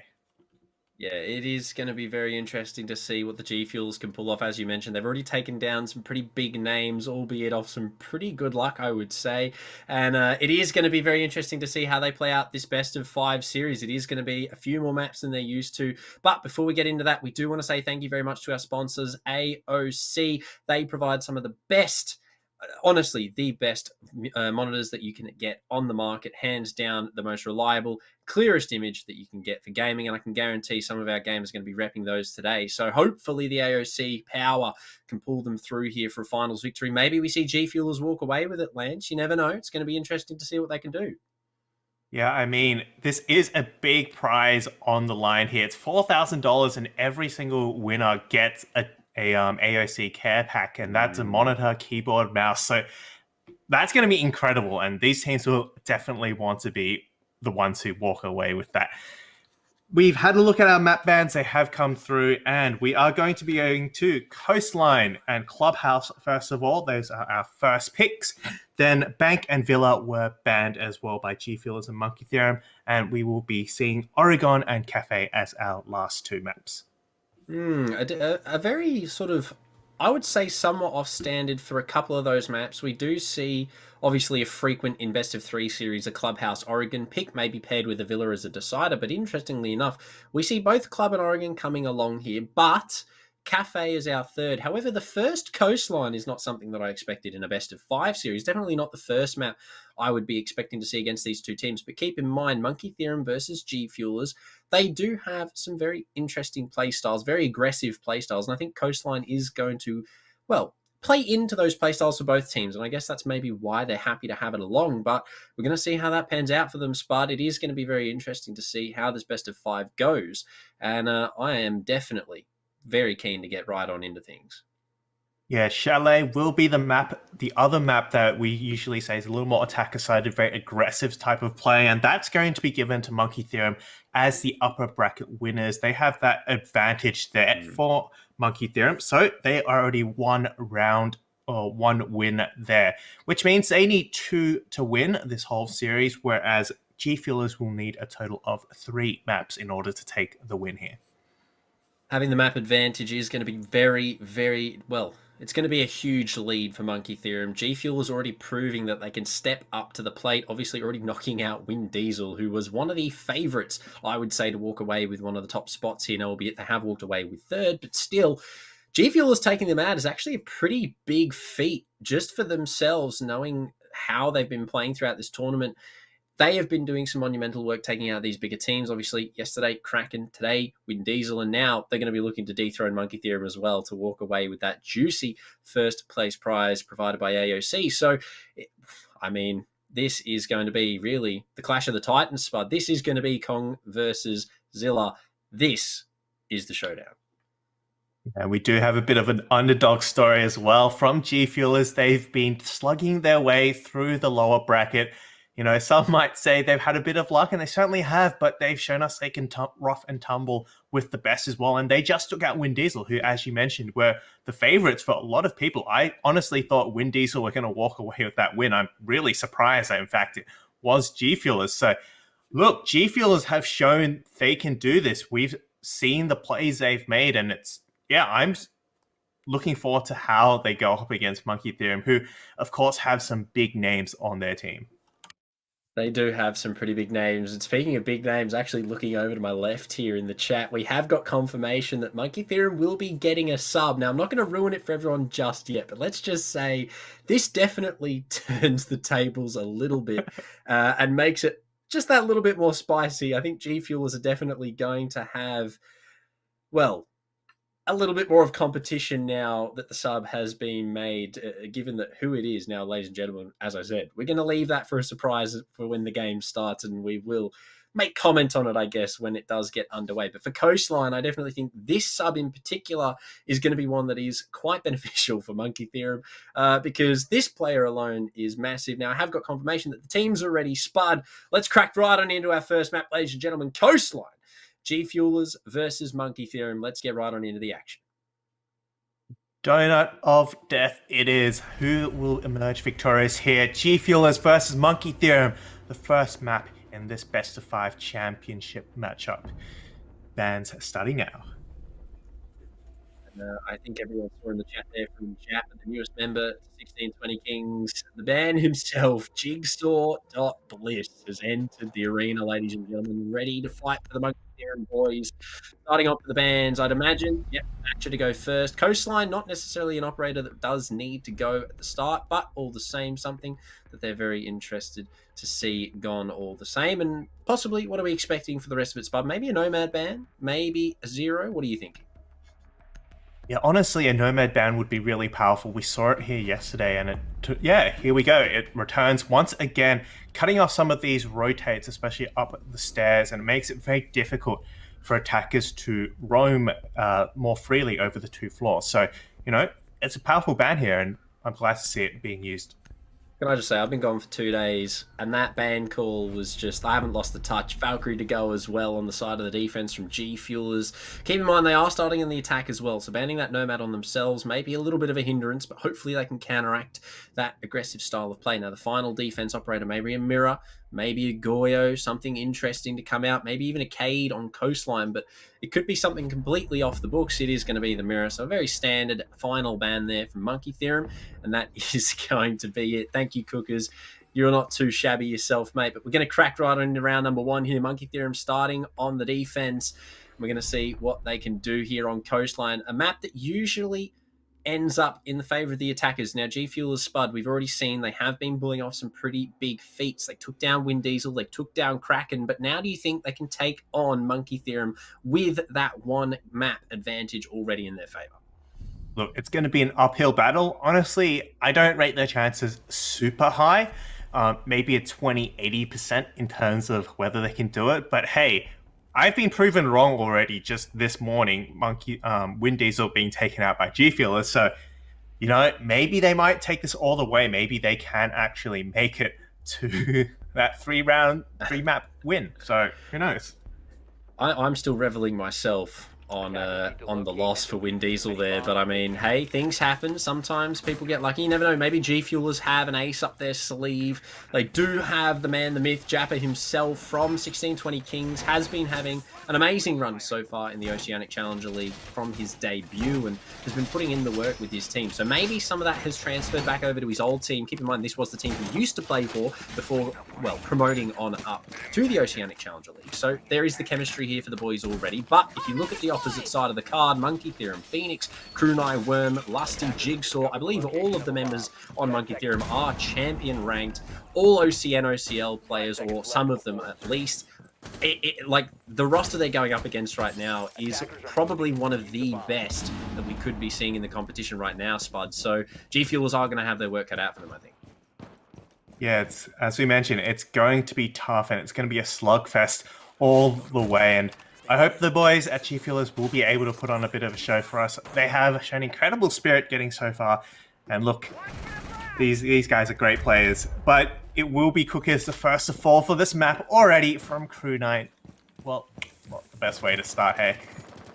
I don't even know. I think Crew Knight might have just got him walking in the main double door there. Phoenix to add one for himself. Jappa goes down from the 16 Kings, but there it's crime for the refrag. Lusty finds one onto Captain Oz as well, and now a very quick 2v4 for the G Fuelers. Make it a 2v1 as Lusty finds himself a second, and now it's all up to Crine left to find the remaining 4 on the sledge. He has the nades, he has the hammer. He could just go for the walk in here, but I think he's going to play a little bit slower than that because it's only been a minute, Spud, and everyone's already dead.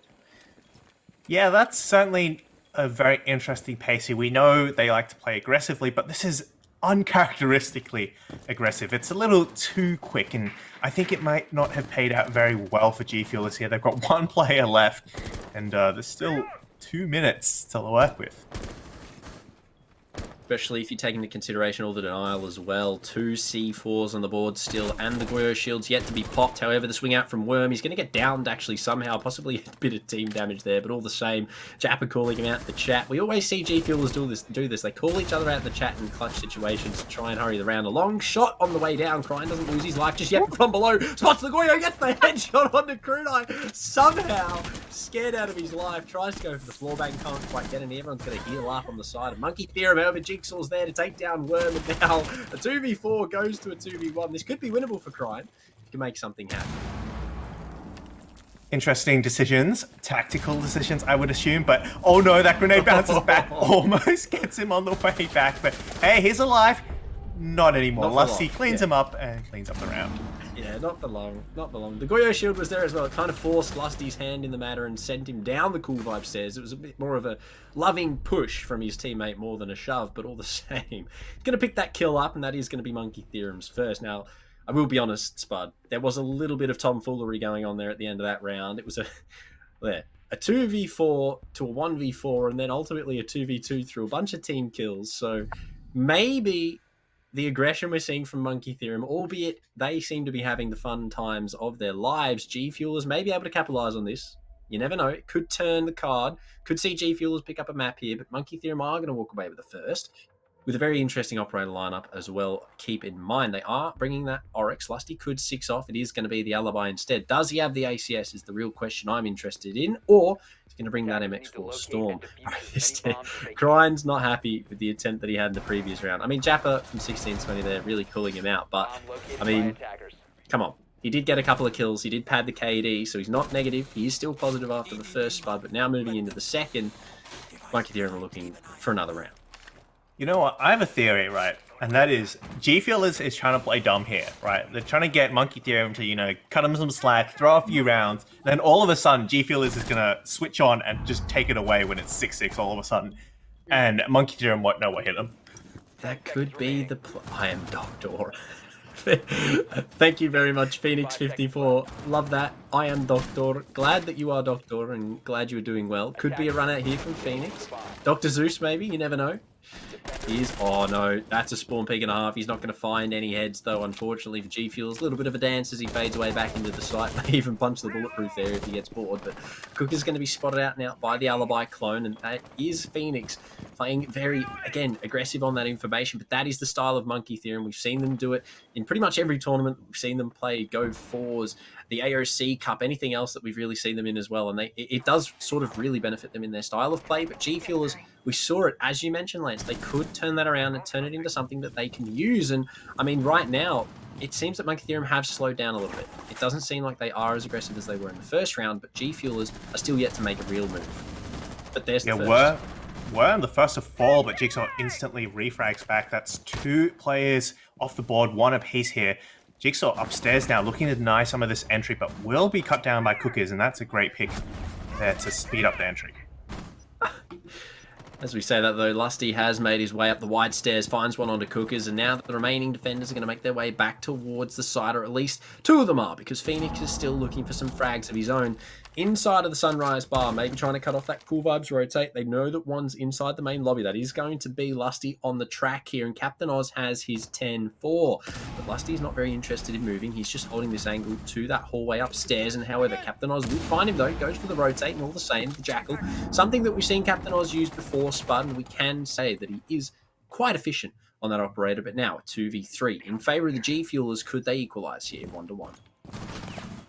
Phoenix now the next to be caught by those Jackal scans, and it's going to give his information away. Scar's able to push in now into that Sunrise Bar and start getting these crosses. They've got the man advantage. They can start playing for trades here, but of course, 1 bullet could end all that. 1 bullet almost finds Scars, but he's still on high HP. It's all up to Phoenix now and Kunai to hold off this last attack. We're going to be the execute here. Both players holding the only entrance in, but Jappa's going to find the head of Phoenix and put him down for the remainder of this onto the cams. Now the bomb going down from Scars, proning close on the bathroom door to hold the cross. Is going to be Jappa. Krunai's going to be relatively stuck here. He needs to find a pick either way if he wants to make it back into the site to reaggress onto the now planted diffuser in this post plant. However, it's going to be relatively hard. 3 players holding different positions. We'll spot out one. Jappa can't quite land the shot. Neither can Krunai, though. And now the aggression from Jappa is actually going to pay off. And Krunai's going to go down on that gunfight. And G-Fuelers, they're going to find their first. Yeah, surprising there. There wasn't much tomfoolery on both teams' part there. And G-Fuelers actually managed to get quite far here. I think they might have just needed a round to warm up. And now they have 1-1 for G-Fuelers after a pretty good attack there. It was very well done, Spot. They made their way. They got some pretty good roam clearing in. 2 picks before they made their way downstairs. Found a third on the rotate back through main lobby. Captain Oz on the Jackal, doing pretty well in his own sort of sense there, holding down Lusty, forcing him to walk into the gun sights of his PDW, and ultimately then getting himself that frag. But all the same now, 1-1, Monkey Theorem and G Fuel as they tie it all up. It's going to be another attempt from Kitchen here, and instead Worm's going to be on the dock this time. Phoenix apparently not allowed to continue playing the Doctor anymore. He is going to be subbed on out of that operator, and they're going to be bringing 2 healing operators now instead of just the 1. So maybe that's because they lose a lot of their HP early on to spawn peaks. Maybe it's because they just like having a lot of health. You never know. That could be the strategy. But, I mean, we'll see how it pans out.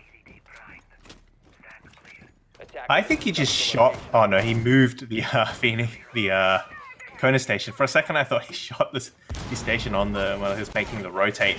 But yeah, we see them take a lot of early gunfights, as you've mentioned, and having those Kona stations to fall back to and making sure you're on full health when you do eventually wait for the execute is a great way to make use of that utility. So definitely, I think a great pick here, and of course, it does help that Thunderbird has a 3 speed, has a great assault rifle and a C4 all to top it off. That is very, very good, especially in the hands of a player like Phoenix. The spear alone on defense is something to be rivaled with, but all the same in the hands of a man like Phoenix, definitely put the work in very early on. Now, Cookers has made his way to the DJ booth, largely unspawn peaked here by Monkey Theorem, who seemed to be a little bit more reserved at the start of this round, Spud, as opposed to the previous ones we've seen them attempt to, well, spend most of the round outside, but all the same. Here, it looks like G-Fuelers are having a little bit of an easier time getting into the building as opposed to, well, not getting into the building, and maybe the Monkey Theorem boys have sort of toned it down a little bit, and they are going to be playing for a little less aggression. Worm will start things off with 1 under Scars. Captain Oz is going to be there to find Lusty, and that is very quickly a 4v4 with Doc and Phoenix on the board as well. It's going to be relatively easy for everyone to heal back up.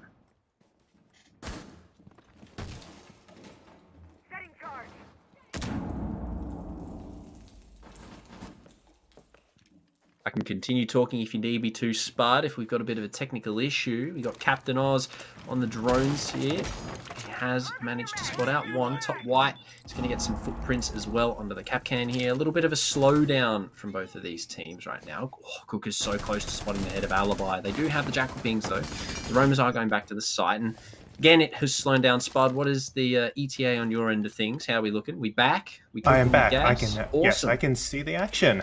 But slow action. The team's looking to find an opening here. Don't want to give away too many picks. After all, they are 1-1 apiece. But Captain Oz will go down a Worm now, and that's a Jackal off the board and a great pick there. Huge for Worm. Shouldn't have won that fight, the angle that Captain Oz had. But I mean, hey, can't really blame him. That was a nice shot. He's going to hit that one all the same. A minute left here for G-Fuelers to work with. A 4v3 now. They've lost the man count. Make it a 4v2 as Krunai adds to the fray. Jappa now going down as well on the Ash. We'll spot one under the hatch though. Crine takes that frag. Cookers adds with 1 onto Phoenix as well. 1 low HP though. And all the heals in the world for the defense. Look at the position of Jigsaw as well, holding down the kitchen door. Both players actually off site right now, so it is going to be a push into the bomb here for G-Fuelers.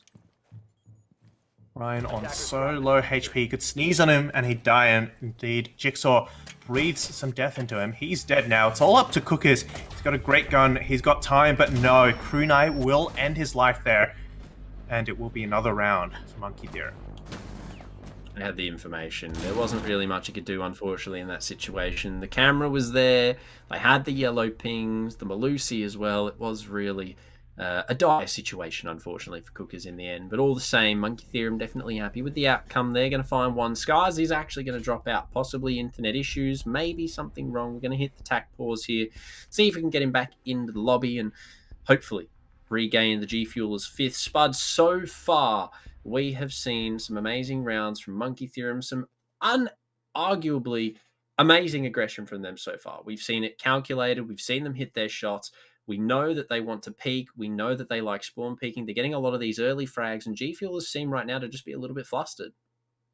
Yeah, I mean, it's a difficult lineup, a difficult position to be finding yourself in right now. So definitely for the situation they're in, G Fuelers are actually doing really well, and they've managed to pull off a really good attack round as well. So I think that's something they can, be proud of, and hopefully that will help boost the morale as they keep going into this this 5-matchup, because obviously it's going to be a long slugfest. Yeah, especially if G Fuelers can really get a couple more of these rounds on the board, if they can make something a little bit more eventful of their attacking side here on Coastline. This could be a relatively even matchup, depending on how Monkey Theorem want to play it. If they meme around like they did on the first map, then we could obviously see this go a little bit further than it may in fact do. But if Monkey Theorem continue up the antics and maybe get caught off guard a little bit by G Fuelers, this could be a lot more of an interesting match, because obviously Monkey Theorem, yes, they know that they have the ability to peak. They have the raw mechanical skill. They have that high-level competitive in the hands of obviously Lusty and Jigsaw. They know that they can play to this degree and get away with it because they have the knowledge. G Fuelers, though, if they're smart, they can counteract that, and they can sort of hopefully, in their eyes, maybe find a couple of rounds that they maybe shouldn't get. Albeit though, Kunai's straight outside, he's not going to find anybody. But still, this could still shape up to be something very interesting as long as the team thing happens. Yeah, of course, you just need to make sure you don't make any mistakes. Any mistakes will be used by your opponent to punish you, and that's going to be a bit of a mistake there from Cookers. It will be caught out by Jigsaw, taken down to about 50 HP, but nevertheless, he's still alive and want to be a man down here on attack on Coastline. Being a man down definitely makes it a lot harder, especially on a map like Coastline. Now, something of note as well, Spud. Start of the round, Monkey Theorem were completely all offside there. Phoenix finds one on the Japper as we speak. But all the same, now 5v3. If G Fuelers could have maybe rushed onto the site there, they could have made something happen. Scars will find the down and confirm on the Phoenix, though. So a little bit closer to evening out that man count now. 4-3 is a little bit better than a 5-3. We'll get the yellow ping, but Lusty with the peak. Scars put to sleep on the door to the DJ balcony there. A lovely shot from the Jaeger, and now a 4v2. As I was saying, it was just starting to look good for G Fuelers, bringing it back. Monkey Theorem further the lead. Yeah, they're always great at getting these refrags. As soon as one player falls, another takes their place and gives them the backup. Worm, however, caught by the crossfire. Captain Oz has been pulling his weight 4-2 right now. Just shutting down these attackers here. Finds another. Evens it out. Captain Oz. Captain of the ship, indeed. 2v2. From a 4v2, again, very aggressive plays from Monkey Theorem here. Not proving to be quite fruitful. Japper will get some nice shots onto Kunai, and that is going to deal a considerable amount of damage now with no Thunderbird and no Doc on the board here. Captain Oz is just fed a triple, relatively straightforward. He's going to get the track as well, and the Capcan spots out the head of Jigsaw. Can't quite find that frag, but the aggression here swings on into 90. Jigsaw cleans him up, and 50 HP. Now 1v1, Crine versus Jigsaw. Capcan versus Ash. This is it for the equalizer. If G Fuel can make this happen, Crine almost getting one tap there. He's going to have to make it into the site and get this bomb down. A little bit of unfortunate timing there for Captain Oz, but it will be Jigsaw who falls here. Crine finally gets that last kill. What Captain Oz started, Crine finishes, and now another round for G Fuelers. Done without Scars, keep in mind. Scars did unfortunately drop out again. So we know that G Fuelers has the ability to make these rounds work. Unfortunately, that isn't going to be enough if they can't pull off more of these rounds. I mean, with 5 on board, they get Scars back in. We should now see them. They seem to have picked up a little bit of pace here. Maybe we can see them keep it a 3-3-4-2 half and then go on to the defense side of things. But Monkey Theorem, I think they're definitely going to be just warming up now. This is going to be sort of, yeah, okay, guys, let's have some fun. And then maybe if they lose a few more rounds than they should, I'd imagine the switch is going to flip and they are just sort of going to go ham here. But right now, it is relatively interesting siege. 2v2. I am very interested to see how it can continue going. I mean, Spud, what are you thinking now that Scars is back? Are we thinking we're going to see some amazing gameplay, maybe some more rounds in the board for G Fuelers? Honestly, I think they can at least take this 3-3. Just by the way Monkey Theorem have been playing and how G Fuelers have been playing, I think at least this half they've got a pretty good chance here. The question, of course, comes down to consistency, though. Monkey Theorem have shown they're consistently able to play at that high level. I mean, they've stayed in the upper bracket the entire time. Whereas G Fuelers, it's a little, hit and miss, right? They've obviously taken out Wind Diesel, but at the same time, they've also lost to Kraken, twice. So, yeah. How will it come down to it at the end? Yeah, not sure. I will say G Fuelers have had a little bit of a god run from what we've been told off screen behind the scenes, and they have somehow made it to the finals, albeit very well deserved by them. They kept it up all the way to the end, and this is obviously the grand final, so there is no second chance bracket. There is no more games after this. These final 5 maps, possibly 5 maps, possibly 2, possibly 3, you never know how many maps that we will see here. Depends how the G Fuelers want to really take this, because if they can make it, lovely smiley face there from Phoenix, if they can take this on these first 2 maps and Monkey Theorem can walk away with it, it is only going to be 2 here on stream tonight. But if G Fuelers can really pick the pace up, make something happen, well, that's not how they want to start it off. Jigsaw finds Japper. And again, he's going to be spending the round on the cameras again. Scars is here, though, so it is a 4v5, but not the greatest of starts. But yeah, Jigsaw always the one to open it up here, and with the Capcan as well every single time. But G Fuelers have been fighting back from this disadvantage here for players, and they've managed to make something work with it. But Lusty furthers that disadvantage. Fine, taken off the board now. Captain Oz finds one back, but quickly goes down as well. Flurry of kills. It's a bit laggy. I can barely see, but 3v2 at the end of it all. Lusty almost cleaned up Cookers there. Can I just say, that would have been nuts if that had happened, but unfortunately it didn't go. He did get 2 before he was taken to the grave, so Lusty already going huge right now for Monkey Theorem on the side of the defense. Worm has regressed into VIP, though, does hear a couple of players outside of his wall, and is possibly going to be hunting to finish the kills that Cookers couldn't. But speaking of that, Scars is right there to find Worm, too busy looking for the drone, and now a 2v2. Screwknife and Jigsaw versus Cookers and Scars. Cookers is a little bit low, though, so that is going to be a little bit beneficial here for the defense side of things. Capcan is on the board as well. So hopefully we can, well, hopefully the G Fuelers don't run into any of those traps, but it is really a game of luck here, Spud. Yeah, one wrong step and G Fuelers could end up in the grave here. It's going to slow them down at the very least, having to check for all these Capcan mines. Grenade coming out, won't quite find anyone. I don't think there is anyone in the line of fire here, as both defenders have fallen back, except Jigsaw going for a little bit of an attack, a regress back onto these cool vibe stairs. Fire there onto the base. He knows that one's close on the replicator. That is going to be Cookers, who somewhat gives away his fake position, but now they know that the VIP side of things is going to be sort of the focus here for the G Fuelers, making their way up the hallway from 90. Jigsaw will find the first, swings on round into Hookah, doesn't find the second, but unfortunately for Scars, Jigsaw's going to whip the PMM out. He's going to make short work of what's left, and that is going to be another round for Monkey Theorem through the wall as well, might I add, and this isn't shaping up to be too good for G Fuelers. It's a 3-2 split at the moment. At best, G Fuelers can make it a 3-3 before Monkey Theorem goes on to attack on what we usually consider an attacker-sided map. Whereas Monkey Theorem could actually take this all the way to a 4-2 and be 2 rounds away from taking out this first map. So it's really close for Monkey Theorem, and G Fuelers are in a bit of a pickle, even though it seems to be early days. Given the map advantage that Monkey Theorem has, this is, not a good position to be in.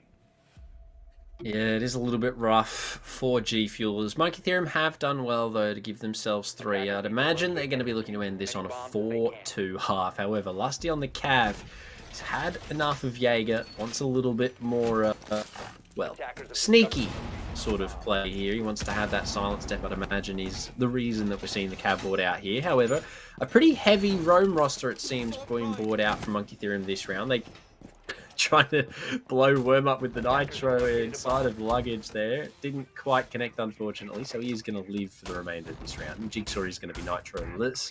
But all the same, the lineup, something that I would like to note. A Vigil, a Warden, Castle, Cav, and the Capcan, which we've seen Jigsaw roam with. So, I mean, it doesn't really look like anyone from Monkey Theorem is going to be sitting on the site.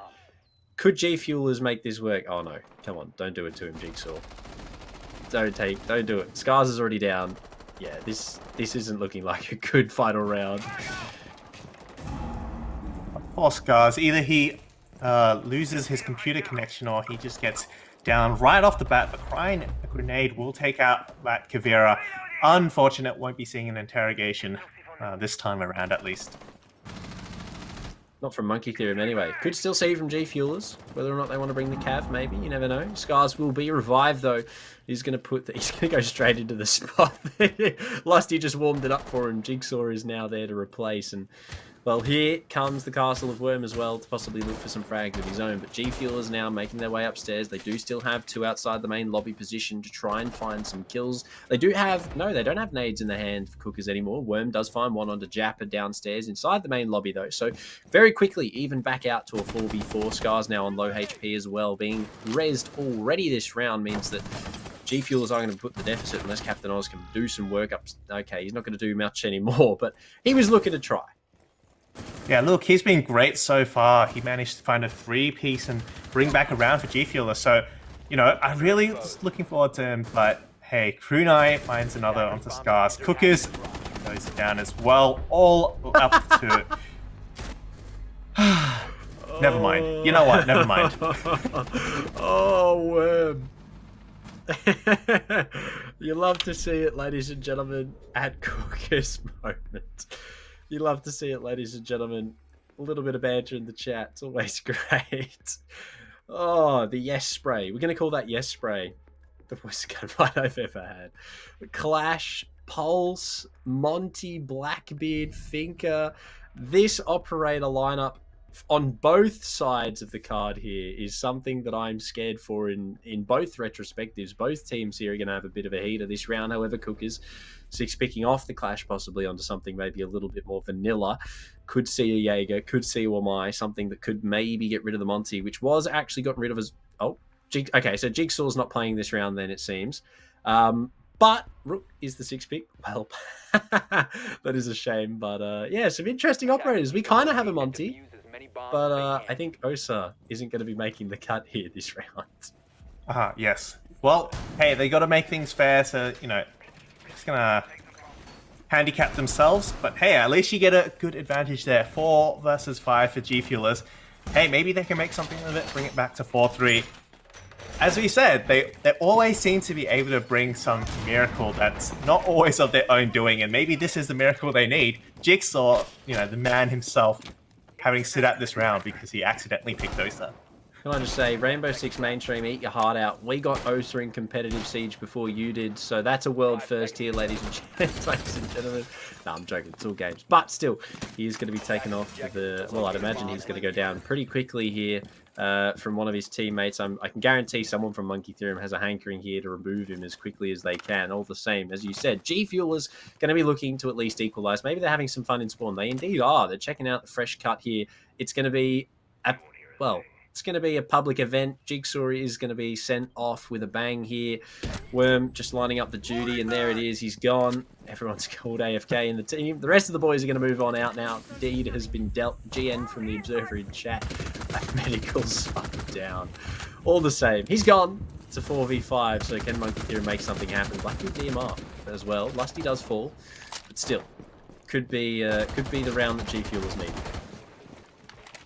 Yeah, every round counts here in a game like this. Every advantage you can get in order to get closer to that grand prize. Yeah, you know, you're going to take it. You're going to take it. You know, those 2 free picks, you'll take it. Definitely going to take it, especially in the situation you currently find yourself. Phoenix could have found a nice pre-fire there. The diffuser is actually down here for Monkey Theorem. Now, Scars has a good position to shut Worm down right now, but no, Worm wins that fight. Shield gone, saves his life. Crew Knife finds one as well. And with the Cookers, this is falling apart for the G Fuelers right now. The flashbang to cover.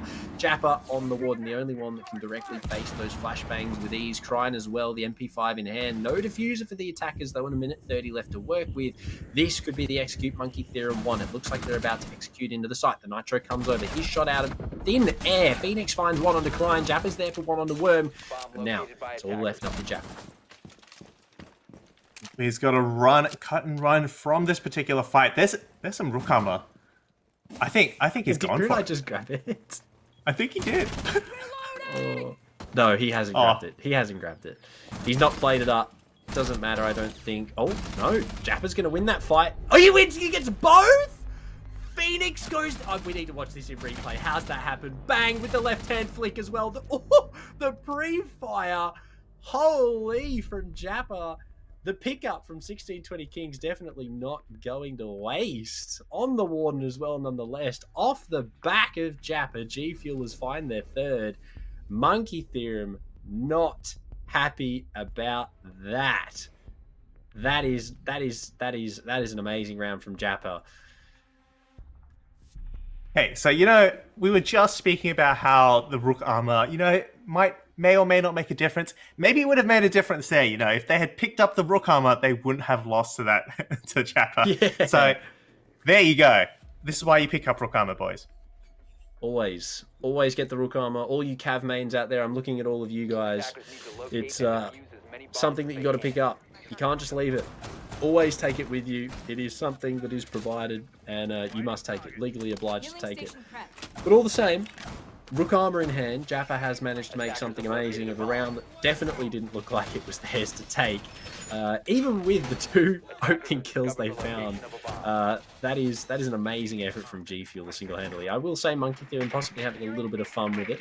But all the same, G Fuel is going to be happy. A round's a round in this instance. There is, as you said, Spud, 4,000 big ones on the line. Some nice care packages from AOC. Shout out to them again, by the way, for providing the prizes here for first, second, and all of that. But now, again, G Fuelers 4-3. Could they equalise here, Spud? Could this be the 4-4? We don't have Jigsaw on. He's going to be playing this round. We're going to see what happens, I guess. We're going to have to see how these opening picks go. Jigsaw already tagged up. If the opening pick goes in the way of Monkey Theorem, I have a feeling, yeah, there we go. It's going to be a little bit difficult for G Fuelers. Oh my god, bro. Crying's upset about that one. I don't really blame him. I actually think Monkey Theorem have... it looked like they had some good control on the side there, but I do believe I've been bamboozled by the blue outline to the wall. No, Scars is going to spot one. Worm goes down. That's diffuser in the hands of the Cap Can as well now, 4v4. It's not where you want to be if you're Monkey Theorem. Now they need to try and fight for these kills back and forth, maybe to retrieve the diffuser as well. Or they could, just send it into the site and take everyone with them. But G Fuelers find themselves in a good position here. They have the diffuser in their hands, and now all they really need to do is just hold on to it for a considerable amount of time. Jigsaw creeping at the bottom. He knows there's one top white. He doesn't know that Japper doesn't realize he's there. Sledge will be... Oh, no. Lusty is going to find that kill. Did spot the Sledge out, but Japper just wasn't there. Now a 4v3 back in favor of Monkey Theorem. User is off-site, but if everyone is dead, it's not going to matter as Jigsaw finds another. Caught on the rotate, Crew Knife finds Captain Oz, and it's all up to this last player. Cookies gets one, but on the way down, Jigsaw finds him as well. And that's Monkey Theorem. Another round on the board from 5-3. That is a little bit of an unfortunate turn of events here for the G Fuelers. They looked really good. I mean, Japper made things happen in that previous round, but now Monkey Theorem on the attack. They seem to be somewhat unstoppable. LMGs, DMRs, shotguns, anything. They just look like they're really going to town here on the G Fuelers. We do have an Amaru from Phoenix. I'm very interested to see how that goes when the round commences. And Ash as well, Zero, Lion, and Twitch in tails. So maybe a rush round here, Spud. Very similar to something we saw maybe in the AEL. Cooker's a 6-pick off the Cap Can onto a Lesion, actively wanting to slow down this rush with Malusi in pair. So it's going to be whether or not Monkey Theorem actually commit now with the rush, seeing that Malusi, or whether or not they stave it off. But it is Kitchen, so this could be quite viable here for a rush from Monkey Theorem. You know what they really needed? Is Frost. That would have been the play to go. That would have been big. Yeah. Imagine Phoenix just sending it in and straight away in a Frost map. I have a feeling, right, Monkey Theorem definitely finished the job if G Fuel has got someone in a Frost map. Oh, 100%. 100%. If there was Frost mats in play, Monkey Theorem would not be taking that lightly. There would be some serious repercussions for the actions of G Fuelers there if that was the case. But it is, again, 5-3 Spud, and 1 round away from match point here for Monkey Theorem. It could turn this into a very quick one if they just put their foot on the gas here and continue all the way to the end. But Kryne's set up for a spawn peek. Could he come outside? He's thinking about it. He's going to go for the punch. He is out, but too far already. Monkey Theorem members have made it out of ruins, so he isn't going to be greedy with any heads just yet. Cookers already takes a considerable amount of damage from somewhere. Going to get locked down by that Skyan, and Worm will find him as well. That's opening pick once again for Monkey Theorem, and they're sending it straight onto site, but Captain Oz will answer back. Worm down now, but another close by. It is unfortunate. 2 kills now, though, for the G Fuelers. Kryne finds one onto Jigsaw, a 3v4. Japper on low HP, and Kryne's going to add another one to the mix. Takes down Lusty in the process. The Amari doesn't seem to have, well, proved to be as big as we hoped it would for Monkey Theorem. Phoenix seems to like he's going to go and retrieve the diffuser. Some impacts from below as well. Maybe some information already. Krunai will spot one. He's going to take Japper down finally. He's going to confirm that kill. One inside a hookah, though, could prove to be a bit of an issue if he doesn't clear his corners. Gets one on Cool Vibes as well. Captain Oz, he gets a third. Krunai on the scars as well. And now it's all up to Kryan. Turned around single-handedly by Krunai in a 2v1. This is match point round for Monkey Theorem if they can make this go off. It's just a headshot, though. All it takes for Kryne to find one player. He's holding his angle, but Amaru doesn't seem to want to play yet. Just off that cursor. Ping comes through now. Tries to go for the wallbang. Goes for the impact. Can't quite find him. He will get by, and now his position has also been given away. Something going to be good if you are Kryne. The drop into the courtyard. He's not going to get the 4th. He is going to be able to get the confirm, though. No diffuser in the hand of the attackers now. The Amaru, the operator that we weren't expecting. Kryne on low HP. He's going to get Phoenix to 1. Literally a single. The flashbang to come out. Swings into the cross, and he's going to get him. Kryne clutches it up for G Fuelers, and they tie things up, or at least are closer to possibly walking away with the first map. That is huge for the defense side of things. Time and time again, Monkey Theorem have been at the advantage. G Fuelers, though, managed the clutch. First, it was a 1v2 from Japer. Now it's a 1v2 from Kryne with the diffuser off board. G Fuelers, this is the miracle run indeed. Look at that. You know, they're in a position they should be losing, but they just don't lose. It's clutches all round.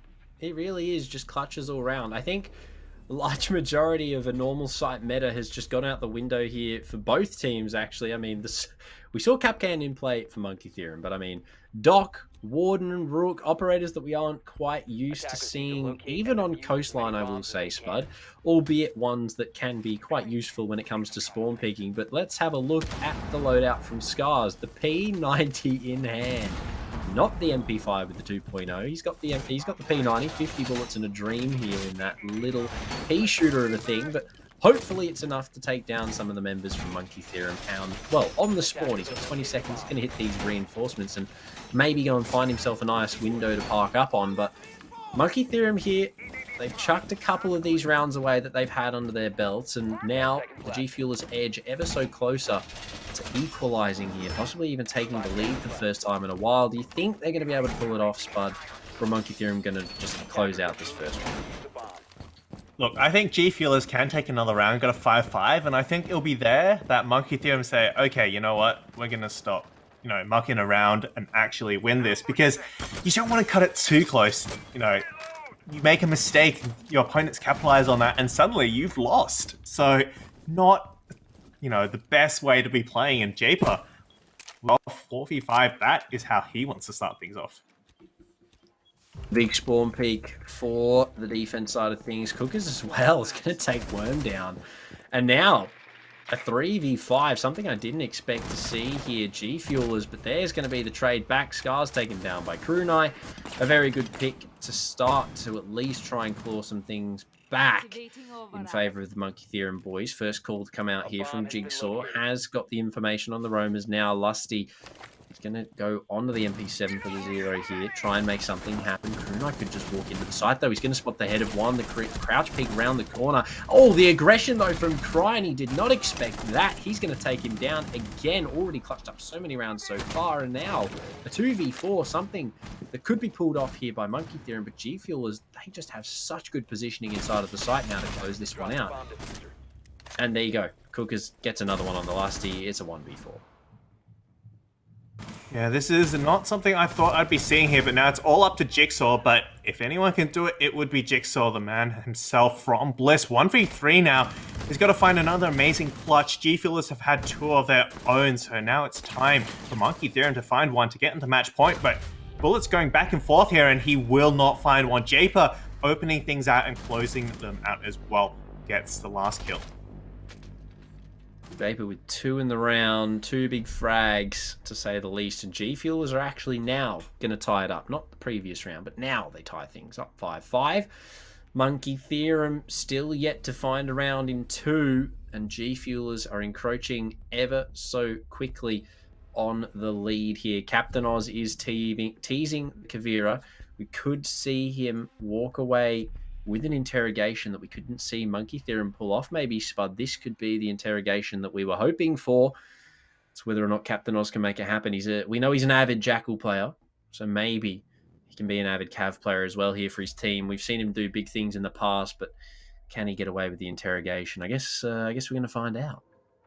Yeah, of course, Monkey Theorem were not quite as successful. The Kavira ate a grenade before being able to do anything, but will Captain Oz be able to make a better record? Maybe he'll take the exact same spot down in the main lobby. I think maybe they won't expect that. Hey. Maybe they just give him an ADS as well. I mean, there are no ADSs in play, so that might not be the case, but look, you can just catch it and throw it back like you used to be able to back in the day. You never know. Phoenix is like, yo, what's going on? Just going to drive into the wall here. Unfortunate. Sad face from Cookers, all the same. Drone now gone. Seems like Monkey Theorem aren't too worried about losing their utility in terms of information early on here, but I think this is a little bit more of a meme match than it is all serious, but that is always fun as well, Spud. I like to see a good little bit of banter in my Siege games. I don't know about you, but right now this is shaping up to be a relatively good matchup. Japper is halfway outside. He's on the way to find the... Nope, he's going to get punished. I believe actually stuck in the door, and Phoenix is going to clean him up relatively easily. And he's going to get a second as well. I mean, hey, look, traded back by Crine. Jigsaw is down, but a 3v4, I'd imagine... No. Both teams are definitely having a lot of fun, and I think we are too, watching some of the shenanigans they're pulling off. Cookers, though, not having quite too much fun with this player until now. Does take out Lusty. He is on low health, but oh no, he's on full health. Oh, well, okay. Didn't take any damage there. It's all up to Krunai now. Diffuser's off site. He's got to find one. He does, and now he has to find Cooker's last one in order to get that round. Clutches are something that we have seen go in favour of G-Fuelers too many times to count so far, Spud. And now a 1v1 for Krunai, has to retrieve the diffuser and make his way towards the site. Cookers, he's going to be holding inside the Hall of Fame, though. Now the diffuser has been retrieved for Krunai. He has the ability to just play for frags. He does have a fair bit of utility left at his disposal, a drone and the replicator to his name, as well as the ARX in hand. But Cookers does have the Nitro 4 denial. We'll spot him on the pixel, and there's Cookers. G-Fuelers are actually going to walk away now with the lead 6-5 and match point in their hands. I did not expect this turn of events. What is going on? G-Fuelers are on something else. I don't know what they've been drinking, but look at them go. They are 6-5 against Monkey Theorem, and for the first time, hey, Monkey Theorem look to be having a bit of trouble here. Indeed they do. Started off so strong, Spud. 4-2 on the half as well, keep in mind. Only been able to win one of their attacks, and That isn't going to be good if you're a Monkey Theorem fan, ladies and gentlemen, because now G Fuel is sitting on map.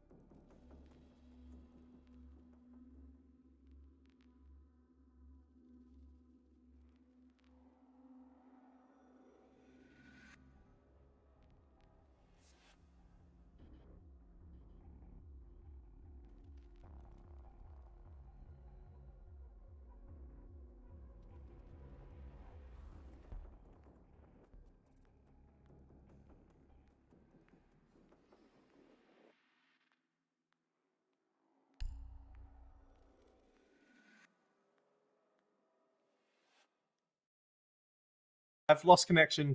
Oh, here we go. I'm back in VMix. I can see Proto's forehead. Yeah, just your forehead.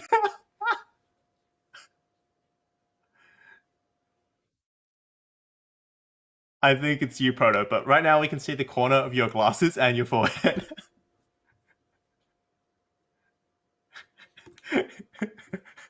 I think we're live again. I'm not sure.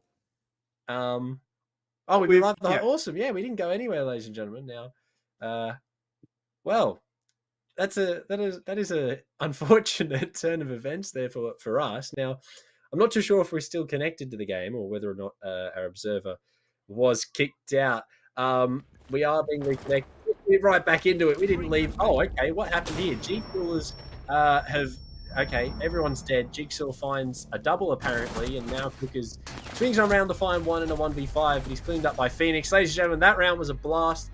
I'm glad we caught all of that action on stream, and I'm really, really sorry. I don't know what happened there from everybody, but all of us kind of just had a, well, I'm not going to say it, but a bad moment there.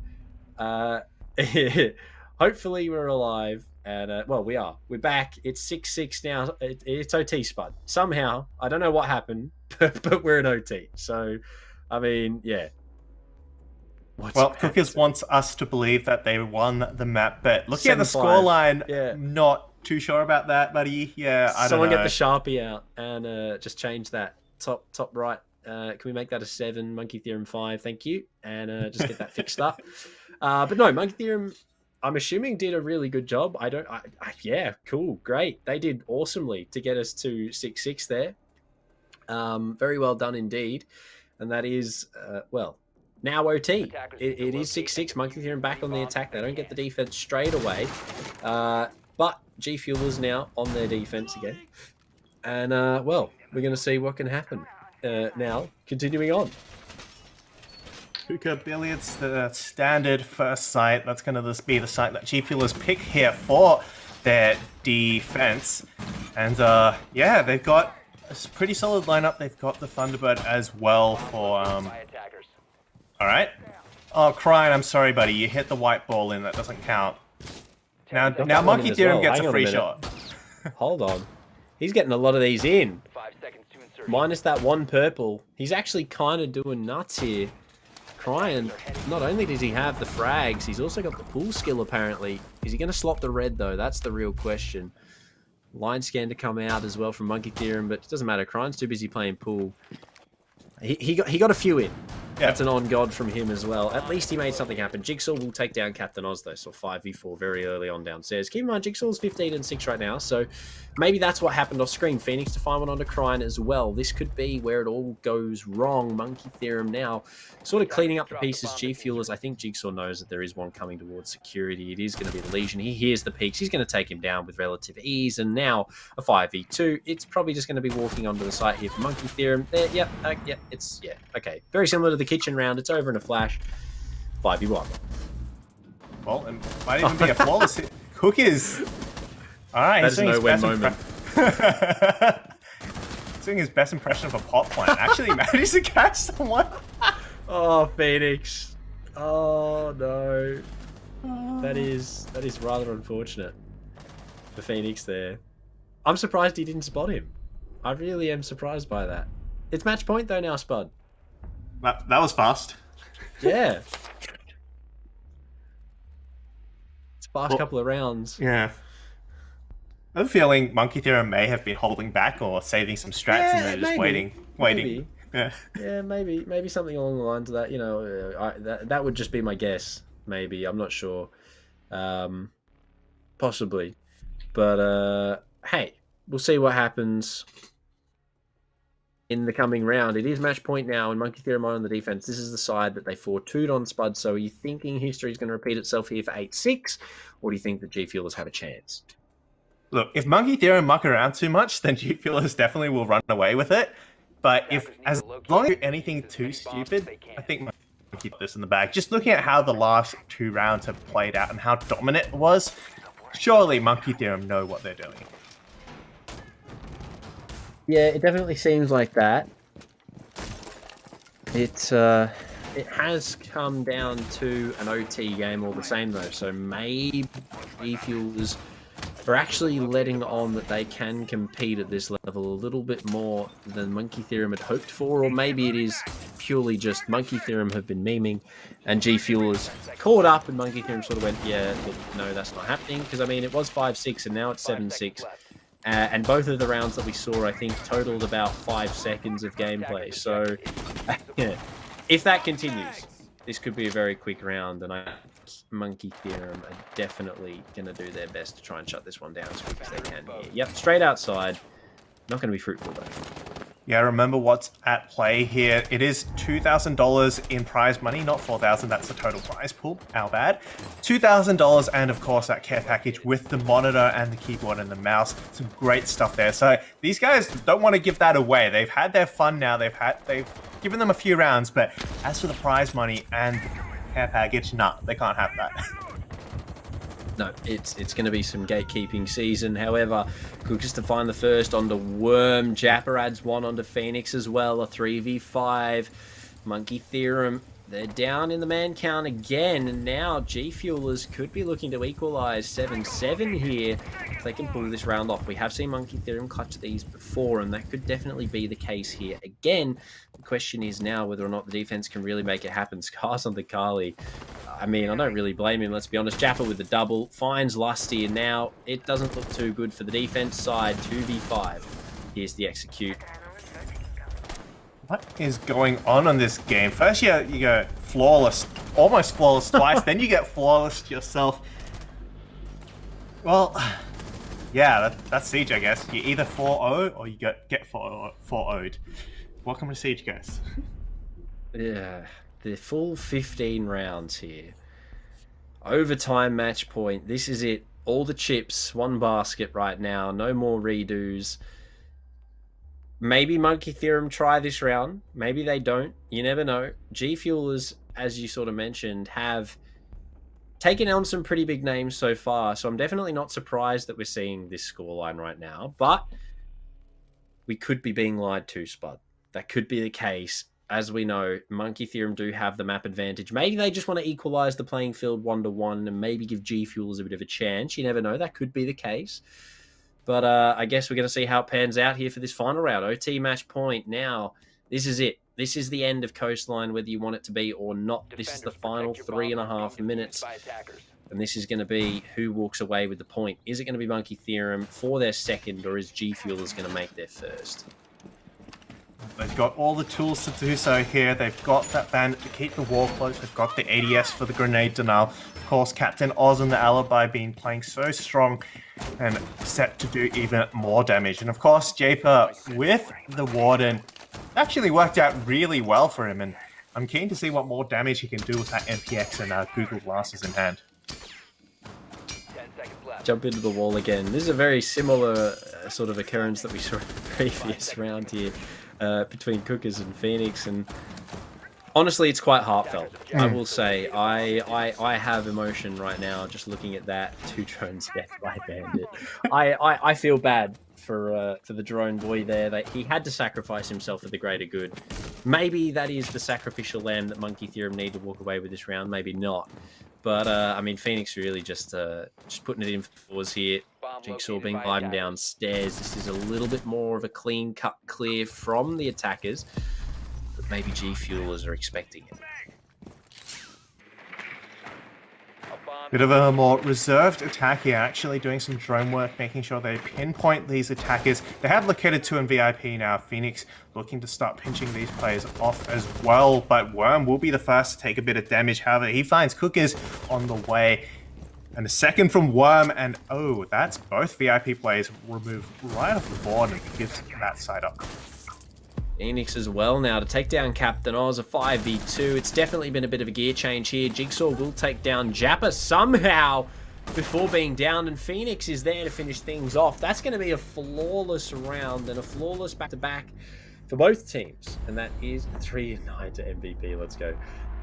Amazing work. Huge kills across the board. 11, 18, 12, 11. Lusty, the only person that didn't unfortunately get to breach the double digits side of things. But that is a full OT game, Spud, all the way to 8-7. Monkey Theorem walk away with the second. What are we thinking for the third? Look, either Monkey Theorem decide to go easy a little bit on G Fuelers and perhaps give them a round perhaps. But I think based on how we've seen things go, Monkey Theorem are really set in a position to go all the way 3-0. I think is definitely on the cards. Having said that, G Fuelers, we've looked at how they've played and they can definitely take advantage of the mistakes that Monkey Theorem makes. So if Monkey Theorem aren't too careful, G Fuelers could pick up a point, maybe 2, and then, who knows? It could actually go all the way 3-2 to G Fuelers. So guess we have to find out. Yeah, definitely could be the case, but G Fuelers have been having an amazing run so far. They have found themselves in the final, so you'd hope that they'd be able to tackle with the best being Monkey Theorem. So we're going to see how that third map goes, though, ladies and gentlemen. Very shortly, we're going to cut to a small break, and we will return with map number 3. Don't go anywhere, because we're going to be back shortly, and we'll catch you in a few.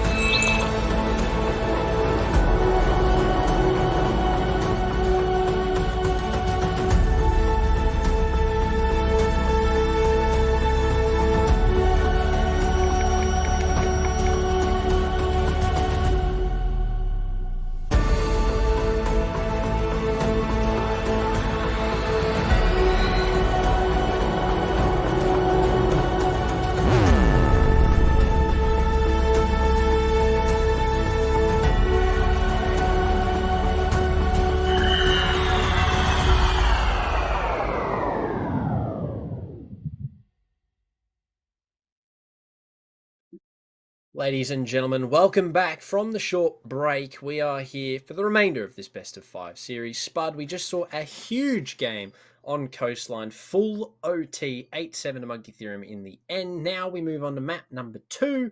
What are you experiencing? How did you feel about the first, and how do you feel going into the third?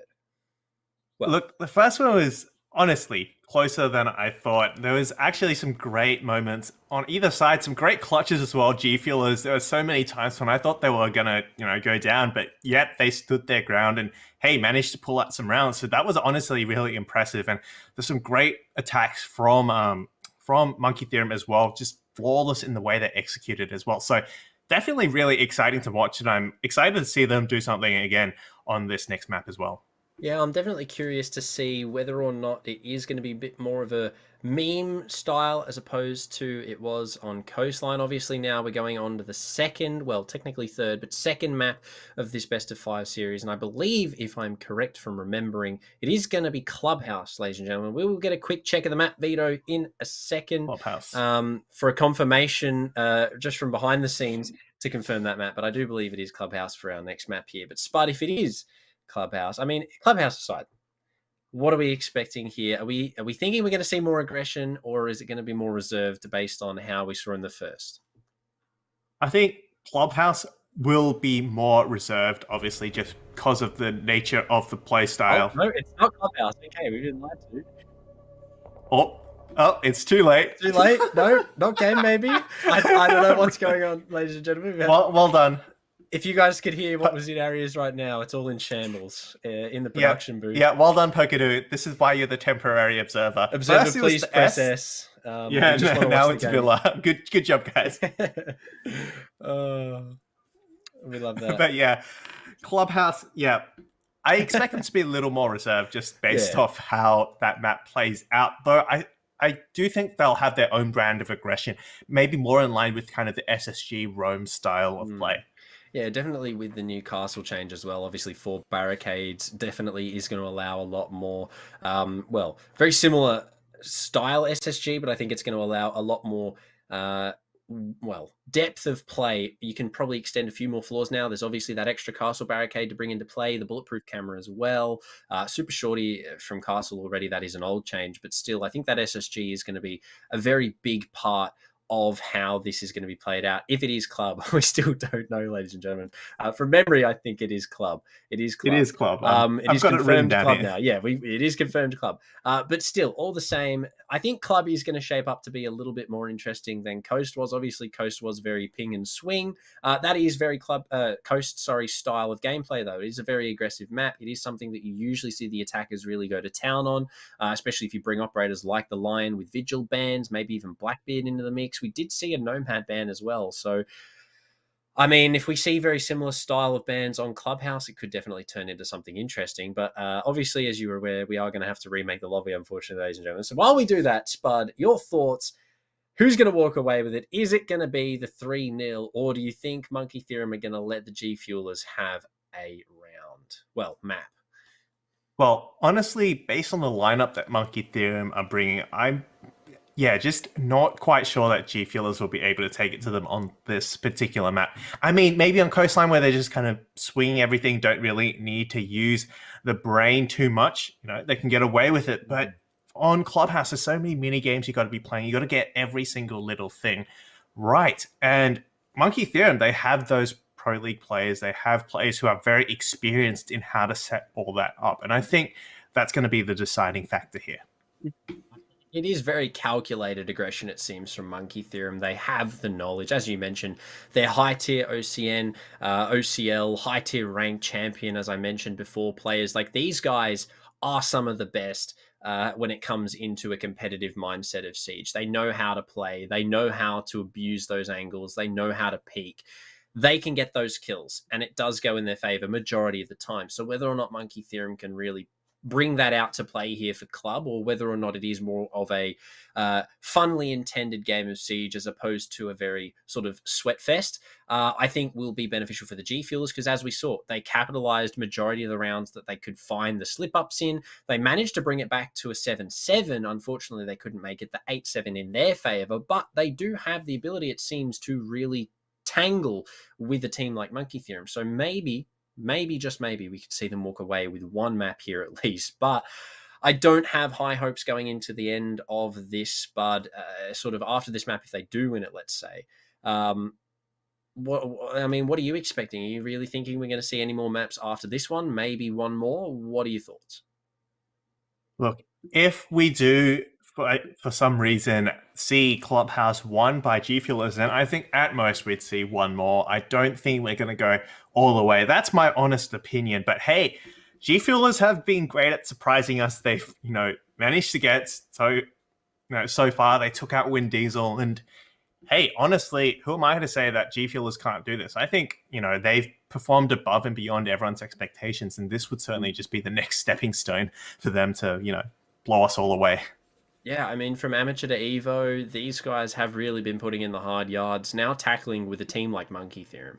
It is amazing to see. Obviously, they have brought Jappa back from his CL endeavors to play in the AOC Community Cup. Shout out to AOC.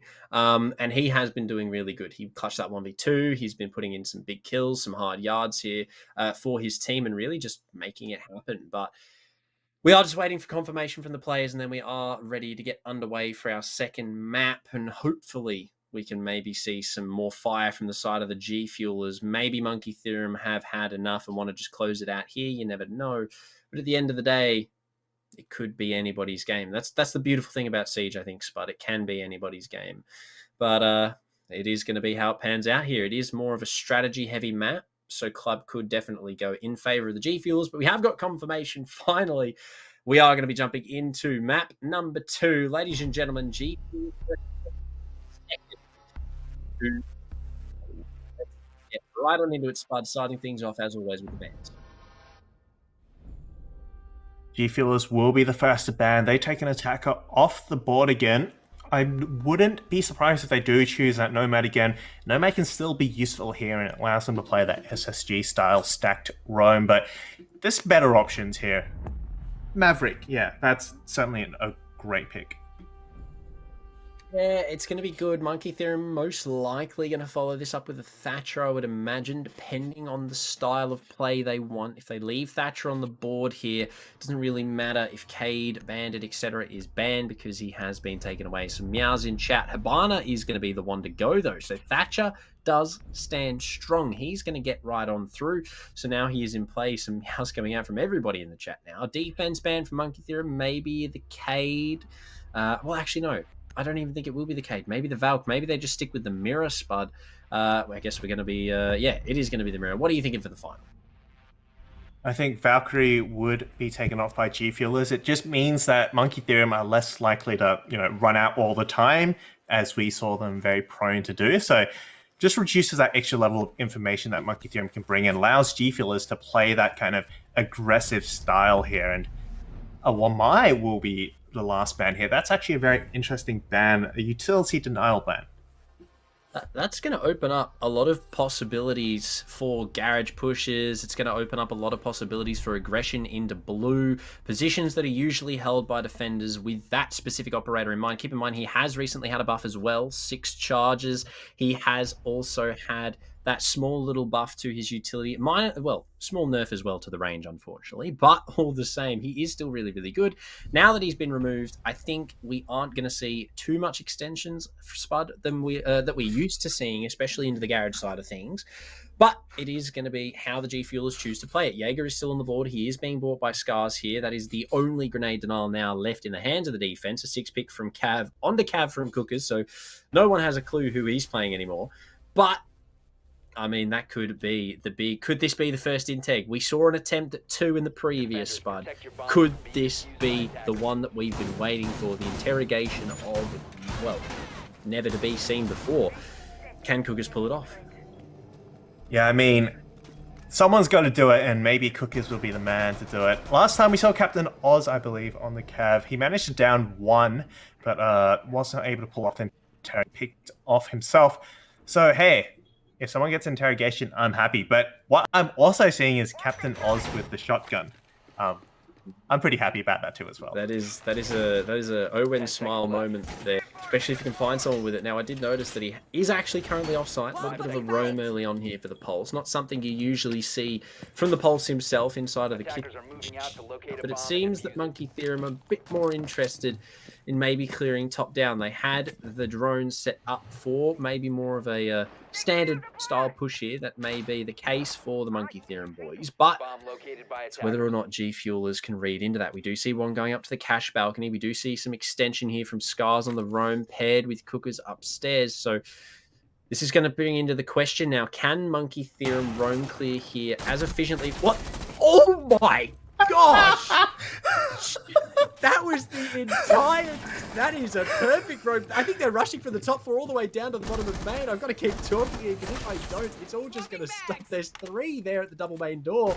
Something horrific just happened to Cookers upstairs, ladies and gentlemen. And now it's going to be whether or not the Monkey Theorem boys can make it into the site. They've already found one. Some damage from behind. Jigsaw goes down. Worms there to find the trade. Scars with 1. Japper on the crew knight as well. It's 2 kills for the defense. G Fuel is now in the lead. 3-2. What happened? It's 2v2 now, but Spud, what? Look, I'm just as confused as you are, but hey, when the dust still settled, I saw a shotgun kill, but not an interrogation. Poor Cookers, they just got absolutely demolished. Now it's... He just got face checked by 3 guys, and it just... he didn't even get a chance to shoot back. Oh my. Oh, all jokes aside, composure regained. It's Phoenix in a 1v2, ladies and gentlemen. He needs to find the both remaining members of the G Fuelers defense if Monkey Theorem want to walk away with the first. And, well, can he do it? He has the G8 in hand. He has IQ, breach charges as well. A good set of kit to make something happen here, especially if he can land these shots. We've seen Phoenix do it before. He knows the holes are there on Ash Rush. Can he find the heads of the 2 remaining players? Misses the first, makes his way into Moto. Is going to be met by Cryan on the cross from Black Box here. There's the headshot. G Fuelers are going to walk away with round 1. The rush didn't technically go the best for Monkey Theorem, but I still feel bad for Cookers. That was... can you imagine the panic that he would have felt? I mean, we had a little bit of warning because we saw the outlines coming through a second before it happened. But he would have just been sitting there waiting. And then suddenly, everyone just runs in front of him. That would have been a horror game Was moment. he AFK? Like, he didn't even move. I don't even think he got a chance to shoot back. There was a guy on the hatch. There was a G8 pre-firing. There was Jigsaw coming around the corner. It all just went wrong for Cookers. He tried to hide, tried to be sneaky. It just didn't really happen, did it? It didn't go in his favor. No 6 picks this round. It is going to be a CC cash here now from G Fuelers. They did win the first. So now they're going to have to try their second, and Monkey Theorem maybe change up the strat. Maybe no main stairs rush this time, but we're going to see how it goes. Yeah, maybe they might try to actually open some walls this time. I don't think they actually opened anything last time. They just, they just went down the stairs that they had. But hey, this time they will need to open up the main wall. You can't really take the site without it. And with the Kaid on the board as well, it's going to be a little bit more difficult. Cookers says, just forfeit. We don't mind. Look, buddy, you've already gone this far. Why not just take the whole thing by a forfeit? You got to give him the idea. At least he tried. He gave it his best. Maybe tried to call the FF. But I mean, hey, unfortunately, Monkey Theorem, I don't think are too interested in that turn of events, and they are going to continue on with the game. 0-1, G Fuelers lead now. Monkey Theorem down. They did walk away with Coast, but Spud, can they make Club their domain as well? They are on the attack first. Defense is more of the strategy in this map as opposed to, obviously, the more attacking side that is Coastline. So are we thinking that G Fuelers can maybe get the lead here? Maybe the 4-2 that they need to make something happen. Maybe the 5-1. You never know, Spud. Could be the case. 4-2 is what I'm sort of feeling here in terms of just gut feeling how these teams are playing. But that wall's already being opened and they might set up for another rush, just walk right through. But C4 comes out and they are careful not to. Scars and Crew Knight both find kills. 4v4 now. Shield in position. Phoenix, however, takes one out as well. And these trades going back and forth. Crew Knight also gets his second, but Phoenix goes down in the background. 3v2 now as they start gearing up for an execute. Ill-advised swing there from Cookers. Nade to clear the shield from Worm. A 3v2. This could be the execute onto the site. Monkey through and we're looking for Captain Oz, though, with the TCSG. We'll find one on the Lusty. Swing round from Cryan, however, cleaned up by Worm now. A 1v2. Worm finds the headshot onto Oz, and that puts him down. That is going to be the first round for Monkey Theorem. Very well cleaned up. Inspirational, apparently, says Jappa. But all the same, it's equalised up 1-1. And I will say, that was a pretty quick round. It wasn't rush quick, but it was definitely pretty quick, and Monkey Theorem find their first. Bit of calculated chaos. They opened the wall and then they went for all those angles, got anyone who tried to peek back, and were ready for those refrags as well. Valiant effort, of course, from Captain Oz with the TCSG. He managed to get one from the garage door, but caught on the way back up by Worm. Of course, Worm, one of the MVPs there. So many kills, as well as Crew Knight, a double, I believe, for him. Yeah, I think we really saw the hindrance that can be caused with Wamai off the board for that garage hold. There had to be two bodies there. Had to see both the Jaeger and the Cade trying their best to hold on to that for an extended period of time. Unfortunately, it didn't go in their favor as much as they would have hoped with, obviously, well, I don't even think they were really cleared out with utility per se, as opposed to Worm just sort of shooting everybody in the face, but you know, maybe that had something to do with Wamai. I'm lying. I'm really grasping at straws here.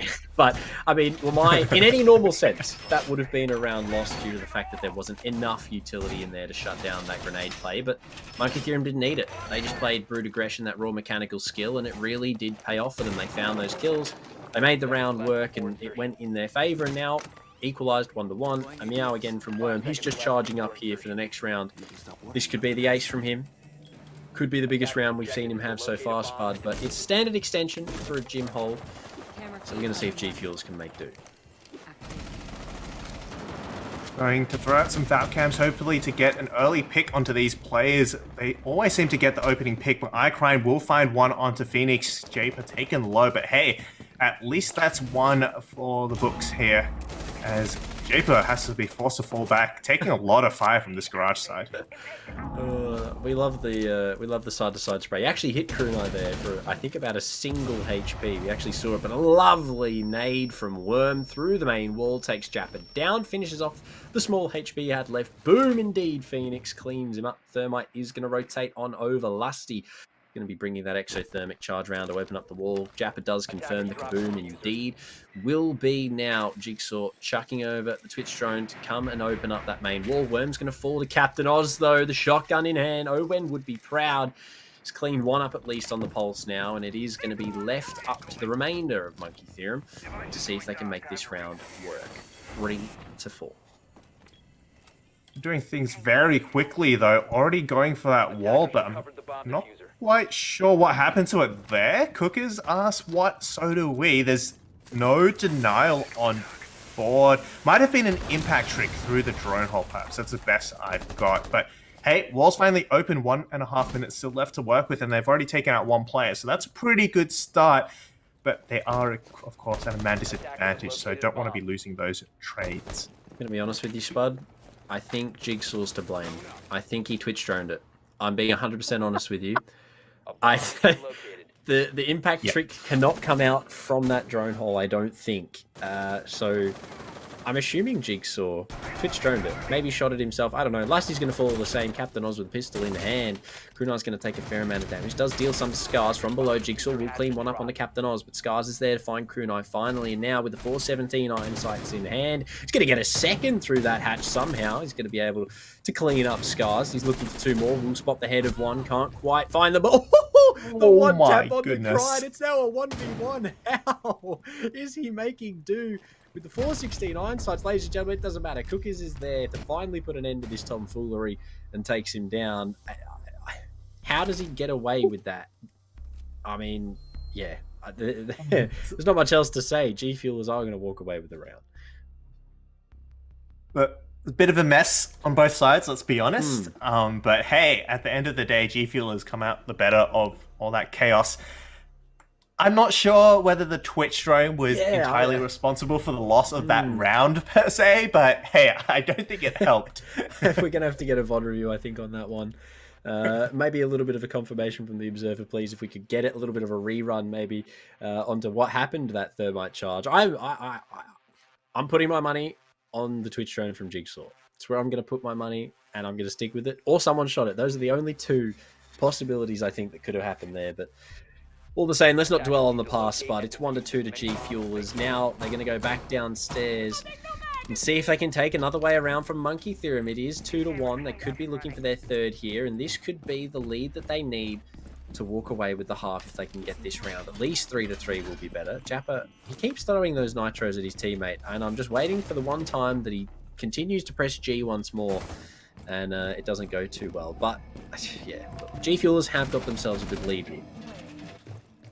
Yeah, hey, 2-1 on defense on Coastline. That's pretty good here, but Coastline? of course, sorry, not Coastline, Clubhouse. But of course, they will be going on to attack afterwards, and you want to build up as many rounds of lead as you can here, because attacking, of course, is very difficult here. Well, for the most part anyway. Monkey Theorem, on that one round they did win, showed otherwise.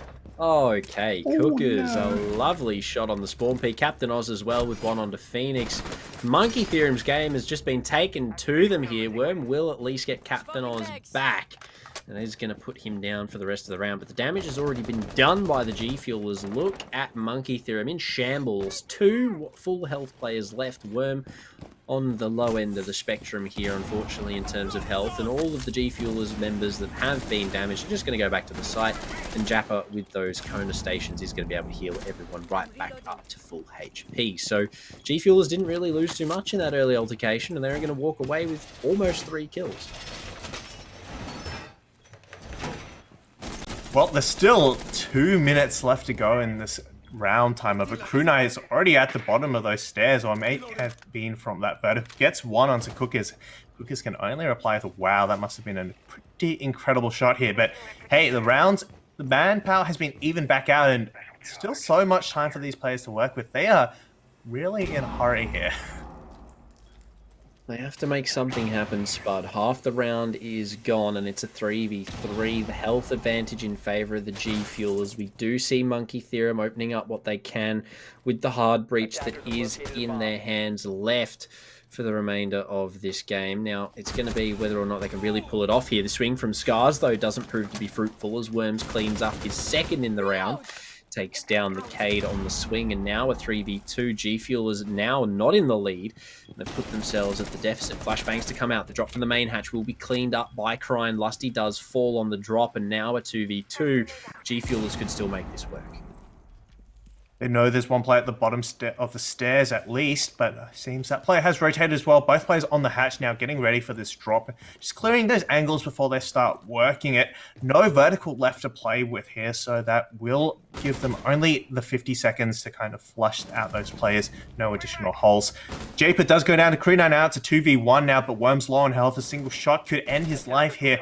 All they have to do is find him, but they can't quite see him as Worm takes a headshot. Crying goes down, and so does G Fuelers. Finally spots him out amongst the crowd. Worm, 3 huge kills to clutch that round up for Monkey Theorem. They lost 2 off the bat and still managed to make it work. They equalize 2-2 here now, and G Fuelers had a good sort of end game there. They had the man count, but they just threw it away. It's not what they needed to be doing there, unfortunately for them. That is going to cost them now. It is 2-2. Maybe Monkey Theorem have had enough. You never know. This could be where all of the fun ends, and we see the raw mechanical skill that we know these players have really just come out to play. But 2-2, Spud. It is going to be Church Arsenal attempt here again for G Fuelers. The Cav again being bought by them. Not going to be Captain Oz this time. It is going to be Jappa. But maybe, just maybe, this is the interrogation. I'm just hoping I'm waiting for the interrogation. I mean, look, Phoenix apparently baiting everyone for kills now. Could be what wins Monkey Theorem these rounds. You never know. Hey, maybe he can wait for someone to get interrogated, and then when they start pushing him, he can go for those picks. That's a strategy here. But that Guevara has been spotted out now. Takes a drone at least, so hey, less information. But seems to me that Monkey Theorem aren't too interested in using drones this game. I don't think Monkey Theorem have used too many drones in well, all of the rounds we've seen.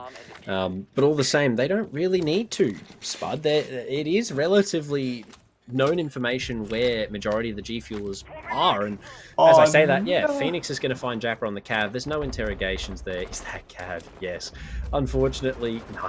Cav gone already. Crew Knight to find another one on the Cookers as well. And that is not the start that G Fuelers wanted. I'd imagine both their roamers now gone. They still do have the Kona stations and a Vigil in play, but possibly not for long. If Worm can find him here on the main stairs, he is going to swing on round to find the head of one onto Crine. There's Jigsaw for the second onto Scars. It's now all up to Captain Oz in a 1v5. Jigsaw takes down Worm, and it's not looking too good. All right. Yeah, I don't know what's going on here.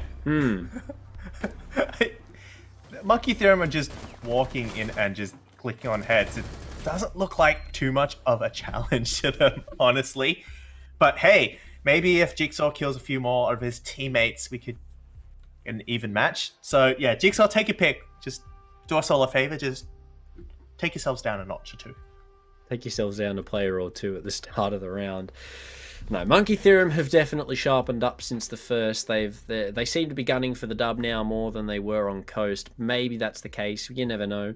Could always switch with Monkey Theorem. The comms, I can imagine, are either the best in the world or scuffed. But either way, right now, Monkey Theorem 3-2. They finally regain the lead here, and that is going to be a foot up on the G Fuelers right now. If they can get it to 3-3, they can at least maybe make something happen on their attacking side. But with Monkey Theorem finding a 4-2 here, I would imagine it would be largely impossible for G Fuelers to do anything hectic. Now, they did bring the clash here. It is sort of a last-ditch effort, I think, from G Fuelers to get around here. But the way Monkey Theorem are doing so far, they have really just turned the pace up a bit.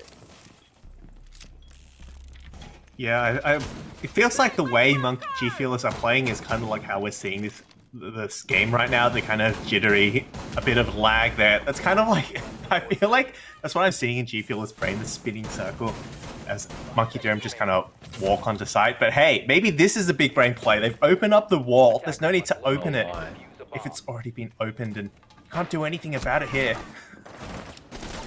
Oh, this is either going to go really well or really bad right now for G Fuelers. Jigsaw's going to take Cookers down already.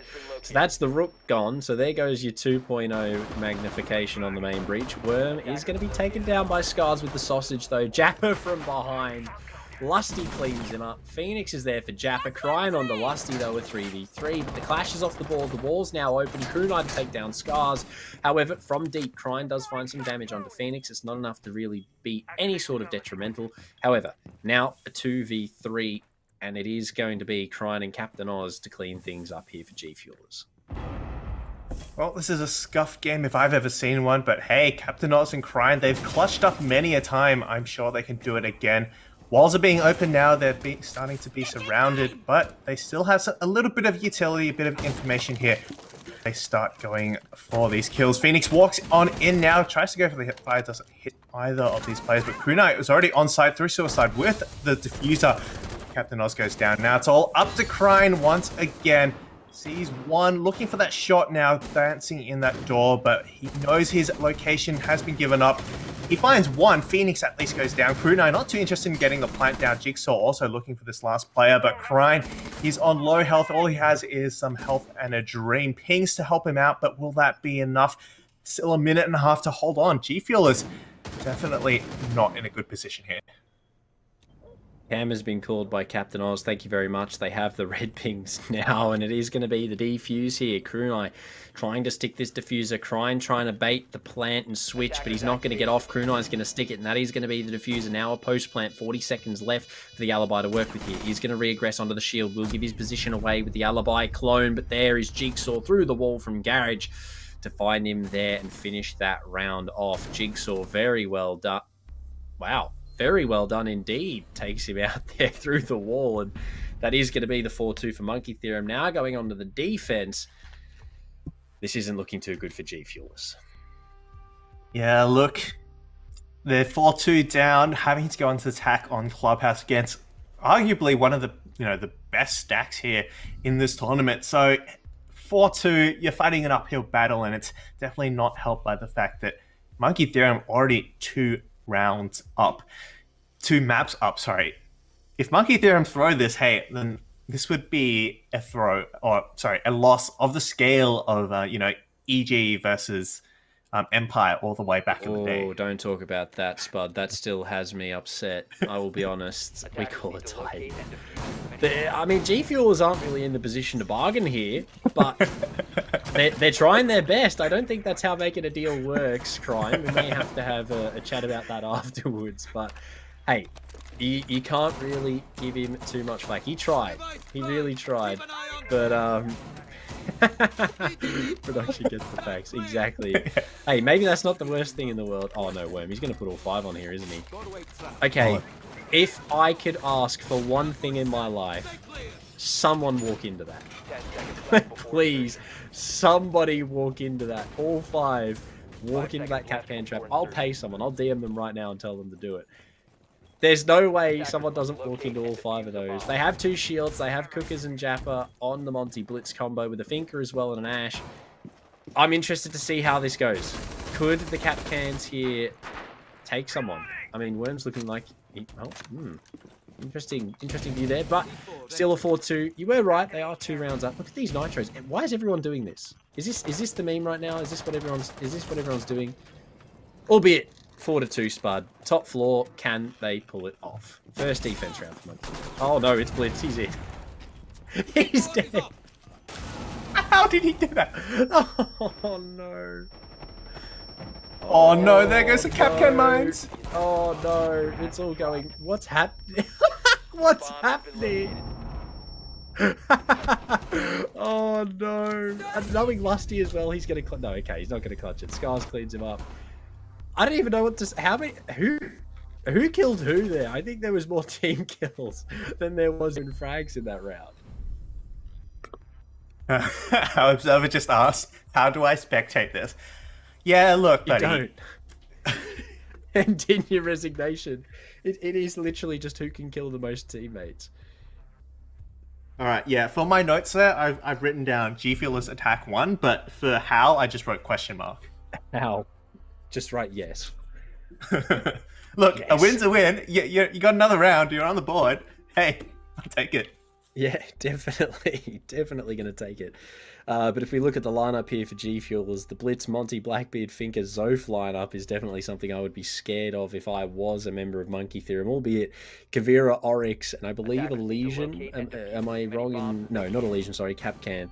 But Cav and Oryx and the and obviously the Capcan is something to note as well here for anti-shield, but they're bringing, well, technically 3 if you count Blackbeard as well, but yeah, it didn't prove to be very beneficial for them in the previous round. So are we thinking, Spud, that these shields are going to help? Or Monkey Theorem just going to slaughter each other again and give G Fuelers another round? So if anything, those shields should help with the explosives, right? It protects you from explosive damage. So when Monkey Theorem start throwing all the C4s and the impacts, right? G Fuelers will be safe. So that's a big brain play. It was all calculated. They knew about it in advance. Yeah, could definitely be the... Oh, Jigsaw's here. If they rush dirt... No, they're not rushing dirt. Unfortunate. There is one. It is Cookers, the lone Blitz, but he isn't going to be going anywhere near the dirt tunnel. The site is CC Cash, and I think Cookers might be more interested on the bottom of Red Stairs, but if Phoenix has anything to say about it, he will be the first point of contact here, and maybe that's the case. Crine will take out Worm early on, though. They're going to open up the whole wall, I think. The Finker charge as well. A little bit of a health boost all the same. It's just more talking in team chat, game chat here, I think, for these players right now. But Monkey Theorem on the deficit, Spud. Hey, well, Monkey Theorem could certainly pull back from this, but G Fuelers are looking like they just want to capitalize on it. Just go for it. Phoenix, that's a bold move there. Let's see if it pays off. How did he get the head? Oh no, just off the tip of his head. He's on so low, but he gets away. Oh, Blitz is in!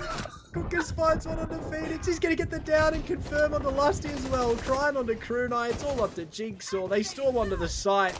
The Blitz coming in clutch here. He's going to try and sneak back on it. He's not even going to get one. Trying there to collect the G Fuelers.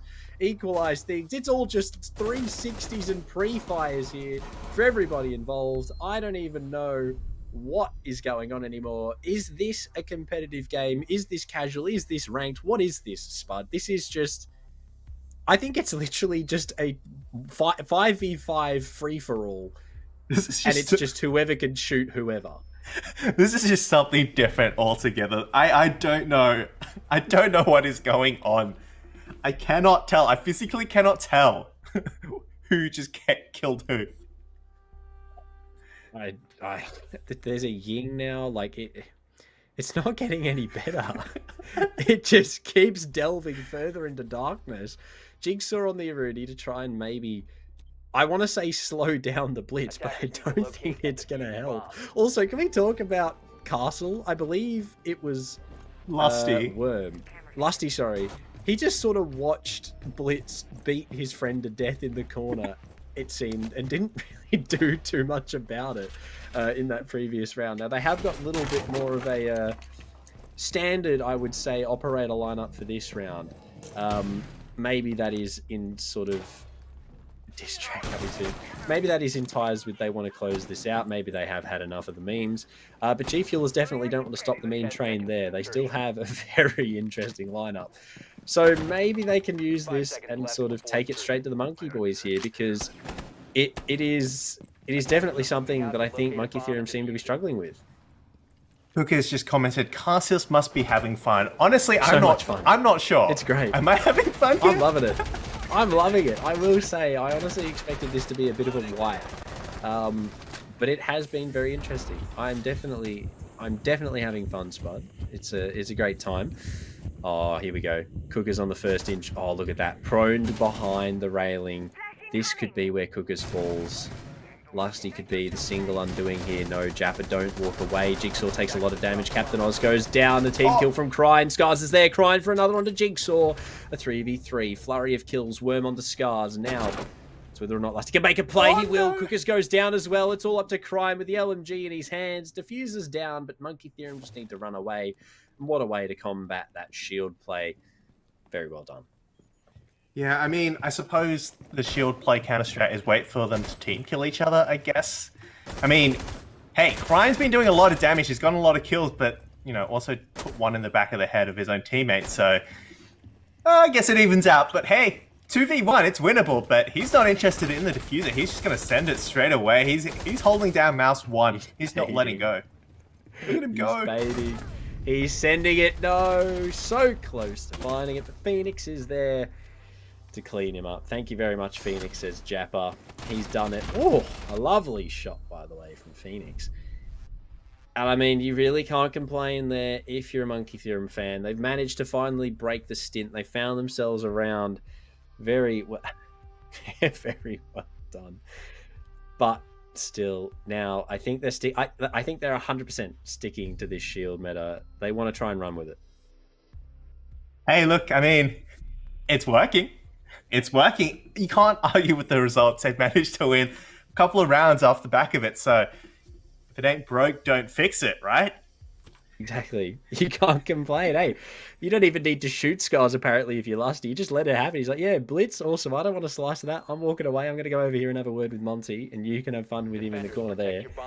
But all the same, I mean, they definitely played that round a little bit more. I mean, I would say calm and collected. They sort of knew what they were doing. They had a strategy to try and deal with the shields. They did, and it worked. They got the round. But unfortunately, are they... Hang on a minute. Yep. Am I... No, surely not. Are they reinforced between gym and master bedroom site? Yep. Hang on a minute. Oh, come on. Okay, someone has to walk into it this round. Blitz is on the board. Monty's on the board. It has to happen. Also, why have they reinforced? Are they barricaded it? Surely not. Oh, no. I think this is what's happening. No. But I don't know what to say. I'm going to be honest.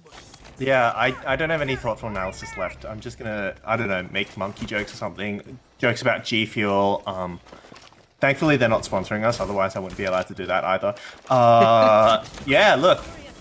2 players down. Phoenix already out. Scars is gone as well. That is the blitz. So no more. Not quite as much mean potential here on the other players, but hey, Japer might be able to find someone.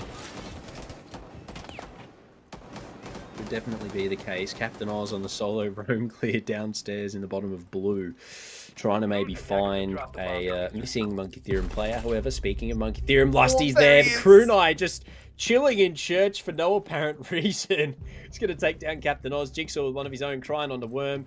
Garrig. Crine is the last one left in the Garrig.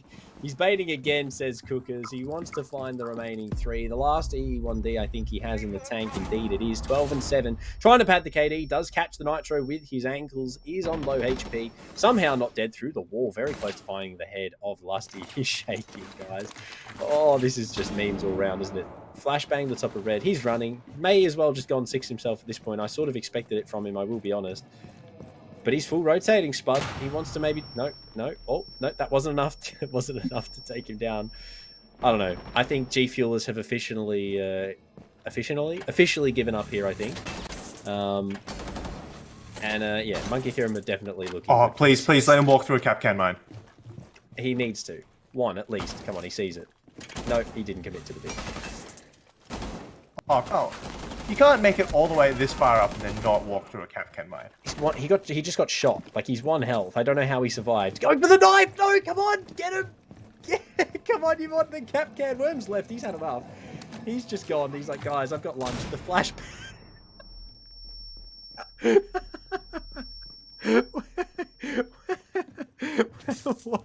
How is Lusty still alive?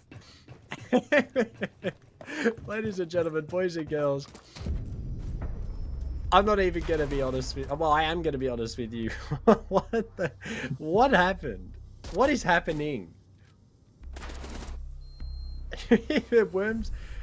Are we even going to wait for Worm to come back? Is that what we're doing? Should we bother waiting for Worm to come back? Because Monkey Theorem looked good to finish it here anyway. I think G Fuelers have definitely sort of... have definitely sort of handed them the first place here. Keep in mind, $2,000 and a lovely content pack on the line for them here first, but I don't think G Fuelers are too stressed, bud. I think they're quite happy with 1,500 per second. It definitely looks like the case anyway.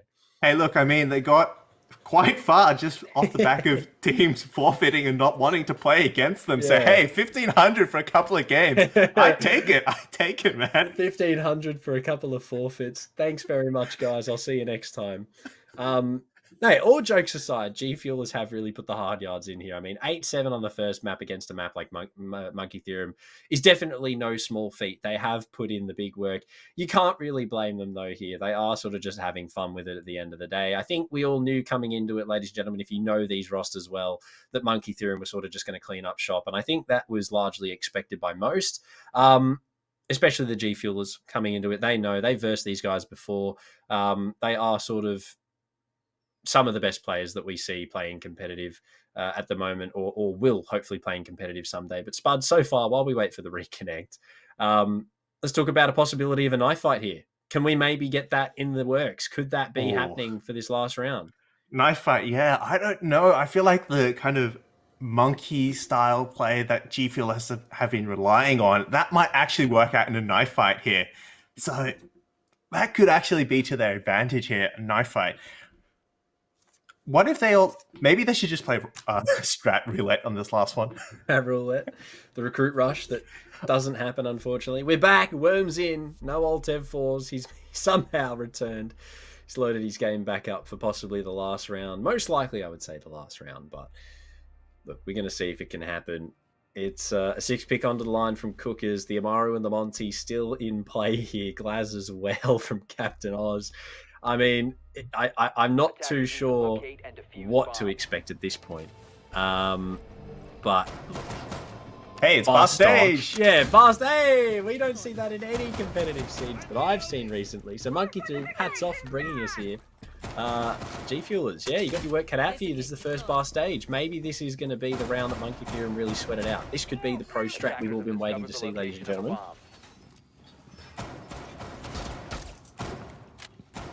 Oh, unlucky. Well, we're still here. We're still live on my end of things. 15 seconds left, and Monkey Theorem really just setting up here. A little bit of lag. Having some chats in the chat here. Crew and I and Japper trying to find each other. Now, they have opened up a lot of the site. They had the kitchen wall open, interestingly enough, Spud, something of note. They have done a large extension for this bar site. We did also have Crew and I on the Boss G, so keep that in mind as well when it comes down to the end of things. But Cooker's now gone. Jigsaw to find the first. Japper is close behind. Phoenix finds Scars as well inside a strip. This is a very quick start of the round. Crying onto Lusty. However, Worm's there with the free frag instantly on the Crying. Glaz is there. Worm goes down to Captain Oz. A very quick 3v2. Japper and Captain Oz. The Glaz and the Monty left. Need to find the remaining members of Monkey Theorem, but it doesn't matter. Phoenix is there on the Captain Oz, and now it's all up to Japper on the Monty. He's not even going to get a chance. Jigsaw finds him, and Japper goes down. Monkey Theorem, ladies and gentlemen, are the winners of the AOC Community Challenge. Congratulations to them. Very well played. Well, it's been a hard-fought victory here. They've played all throughout the upper bracket. They haven't lost a single match. And, of course, coming into this with that upper bracket advantage, it's just 2 maps of them to take away the win. They are the winners of the AOC Community Challenge. Of course, a big shout-out to G Fuelers for sticking with us all the way here. They made it all the way to the Grand Finals. Bit of a miracle run, but a run nevertheless. And, hey, they certainly gave us some fun as well. Definitely was a interesting time watching them play. Hey, yeah, some good content all the way around. I think all jokes aside, I mean, look, the first map was definitely the sweaty one of the two. The second map was definitely guys, let's see what we can get away with here, and how many times we can team kill person X. So I mean, look, very well done all the same for the Monkey Theorem boys. They have had an absolute heater of a game, and well, heater of a series. 3-0. G Fuelers unfortunately didn't get 1 to add to their collection, but yeah, I mean, that is going to be it. That is the end of the games here. Now, we do have an interview to come soon. Spud, before we get into that, your thoughts on the final map, jokes aside? Well, I think there was some interesting experimentation there from G Fuelers. They brought the shields, and honestly, if they had stuck to it and committed a little bit more, maybe that could have worked out. I mean, bringing the Monty live drone certainly could have given them a lot of information as to where, where Monkey Theorem were playing as well. And hey, in that first half, it was mostly, very even as well. There were some great clutches as well on all around. A lot of aggressive plays as well. So hey, they certainly gave Monkey Theorem a run for their money in terms of that first half, at least. There was definitely a good amount of competition between the two. I mean, for the first sort of, 6 to 8 rounds on Clubhouse, it was very back and forth. You do have to sort of realize that there was some good competition there between the two teams. I think sort of maybe round 9, round 10, I think G Fueler sort of realized, hey guys, this isn't happening. And sort of committed to the bit there and really got into the meme side of things and started feeding us with the lovely content that we've been watching for the last few rounds.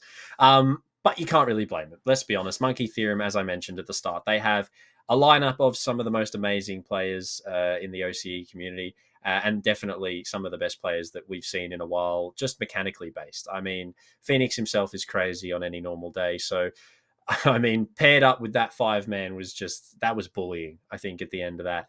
Unfortunately, G Fuelers couldn't really turn it into something great. They couldn't get that first map, well, any map, should I say, on the board. But yeah, still very well in by them. And you do have to sort of give it to them. They did sort of tangle with some of the best. And they did honestly come out, I would say, with some dignity still intact. They definitely did give it a good crack.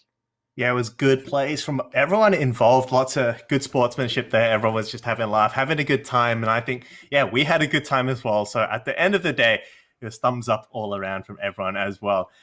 We're just waiting for an interview now. We will be speaking to someone from Monkey Theorem, and we're going to get an ETA on for you just a couple of minutes. So, yeah, we will cut to a break and just stick around as we will talk to Worm very shortly.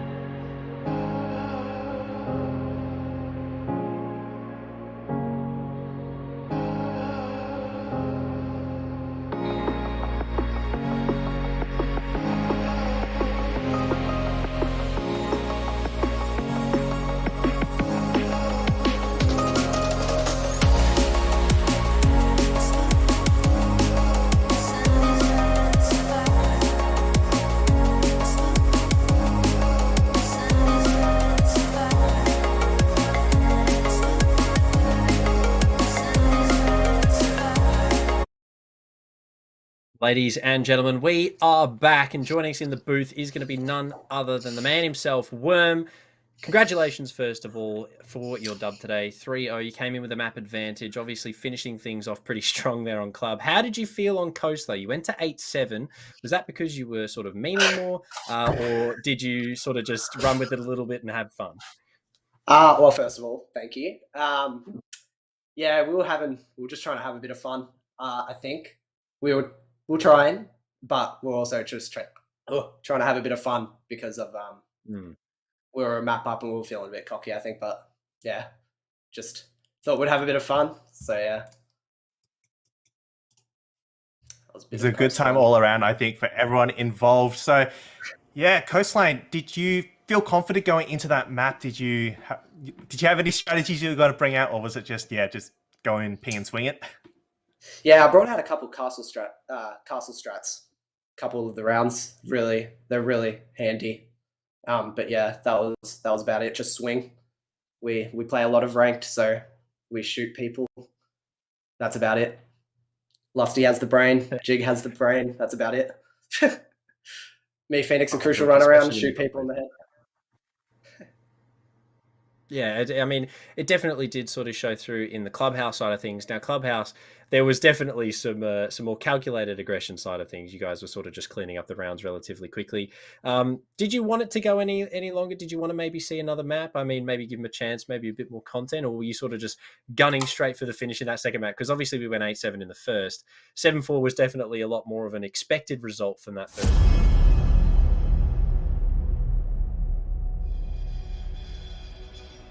What happened? We back? We're back, I think. Yep. Sorry, I think we accidentally got to a break. Okay. I think we accidentally cut to a break, but we're back. Yeah, did you expect it to go any longer than 7-4, or yeah? Yeah, I personally wanted it to go for another map, just to have a bit more fun, because I was personally having a lot of fun just running around. But yeah, I think we just kind of wanted to get it over with. Didn't want to accidentally make a big mistake and then lose the whole thing because of it, Could have been big, sad story. Yeah, I mean, G Fuel has definitely had a bit of a miracle run there, and you don't want to add to that. Anything you want to say to them? I think they definitely had a great time playing with you guys. Cheers for for the sportsmanship. There was a lot of banter in the chat. It was fun, Put up it was fun. It was a lot of fun. So yeah, thanks for making it like that. Definitely was really enjoyable. Now, before you head off, Worm, just interested on your perspective of things. Obviously, we've had a lovely tournament here provided to us by AOC, and we would like to thank them. But did you personally enjoy the competition? How did your team feel coming in, obviously starting the competition and now finishing it? Overall, what would you rate the competition? It was fun. It was definitely good. I don't play many competitions, but yeah, no, I saw this one pop up on Twitter. I was like, I'll ask the guys if they want to play. Ask them. They were all keen, so we're like, all right, let's give it a shot. And yeah, we won. So that's pretty good. It was fun. It was like, best of threes every game. I like a good best of three, So yeah, it was pretty good. Really good. Yeah, so the prize money, you guys have won $2,000. What are your plans with that money? I want to know. What are you going to do with all that cash? Honestly, it will probably just go straight into the savings account. Don't know about the other lads, but responsible. I think Jigsaw wanted to buy a cat. A cat? Jigsaw Okay. Yeah, no, that was about it. Meows, Yeah, a couple of meows. There you That's go. about it. There you Yeah, go. so make sure he gets enough for a cat. Interesting. Yeah, that's about it. He gets enough. We'll have to Yeah. divvy it up so that he can afford a new pet. But I mean, Yeah. look, that was amazing. Overall, in terms of obviously winning, are you guys obviously happy moving on? Would you come back and play maybe the follow-up for AOC? Do you guys think you could defend your championship again if you came back maybe next time? For sure. Yeah, probably. I'd say so. We had a bit of fun. We're all pretty into Siege, so I don't see why we wouldn't. And after winning this time, we're like, why not? Hopefully no Pro League teams go in. Yeah, we did hear that there were rumors of other Bliss players coming in and forming their own team. So luckily for you guys, I think. I was scared of that. Yeah. Yeah, I would imagine. What was the toughest team for you guys to play against, though? That's something I want to know. Probably Jokers yesterday. Joker and Hmm. what's it called? Wind Diesel. Yeah, Wind Diesel. They were definitely most. Oh, and Fury. Fury were pretty hard, but I think they were also just having a bit of fun. So yeah, but yeah, probably Joker's team. Wind Diesel put up a good fight. They were definitely one of the teams that I personally had pegged to make it to the finals. Was very surprised when G Fuel sort of knocked them out for third there. That was a prospect that I couldn't quite wrap my head around. But all the same, they did really well to get to second, and unfortunately, they couldn't quite conquer your team. Where Monkey Theorem, as we know, come out on top for the championship. Thank you so much for talking to us, and hopefully, we can see you guys again in the next AOC event. But other than that, congratulations again is in order. Congratulations on first. Say congratulations to the rest of the boys, and it has been an absolute blast casting these games for you. And I hope you enjoy the rest of your night. Thank you very much, you guys too. Cheers for the cast as well. See you later. Anytime. Have a good Bye. one. It was great having you. Yeah. Well, I guess that is it. It has been an amazing series. We've seen a lot going down here on the AOC Community Challenge. We've seen memes, we've seen dreams, and we've seen Monkey Theorem take it all out, $2,000 and care package and all for the win. G Fuelers, of course, runners up there, $1,500, no slouches themselves, and Wind Diesel in third place with the $500 prize. So congratulations to all the teams involved, and thank you to everyone for playing. Again, we would also like to give a huge shout out to the people that made this possible, AOC, for providing all of the goodies that the teams are walking away with tonight, as well as all around just being great blokes. Thank you so much for sponsoring this tournament. And it's been an absolute blast. But I know that you've enjoyed it as much as I have. But other than that, that is all we have for you tonight, ladies and gentlemen. All the games now done. We're going to head off. So enjoy the rest of your evening. Shout out to everyone again at AOC, everyone behind the scenes as well, observers, everyone getting things done elsewhere. Have a good evening. I'm Proto. This has been Spud as well. See you later.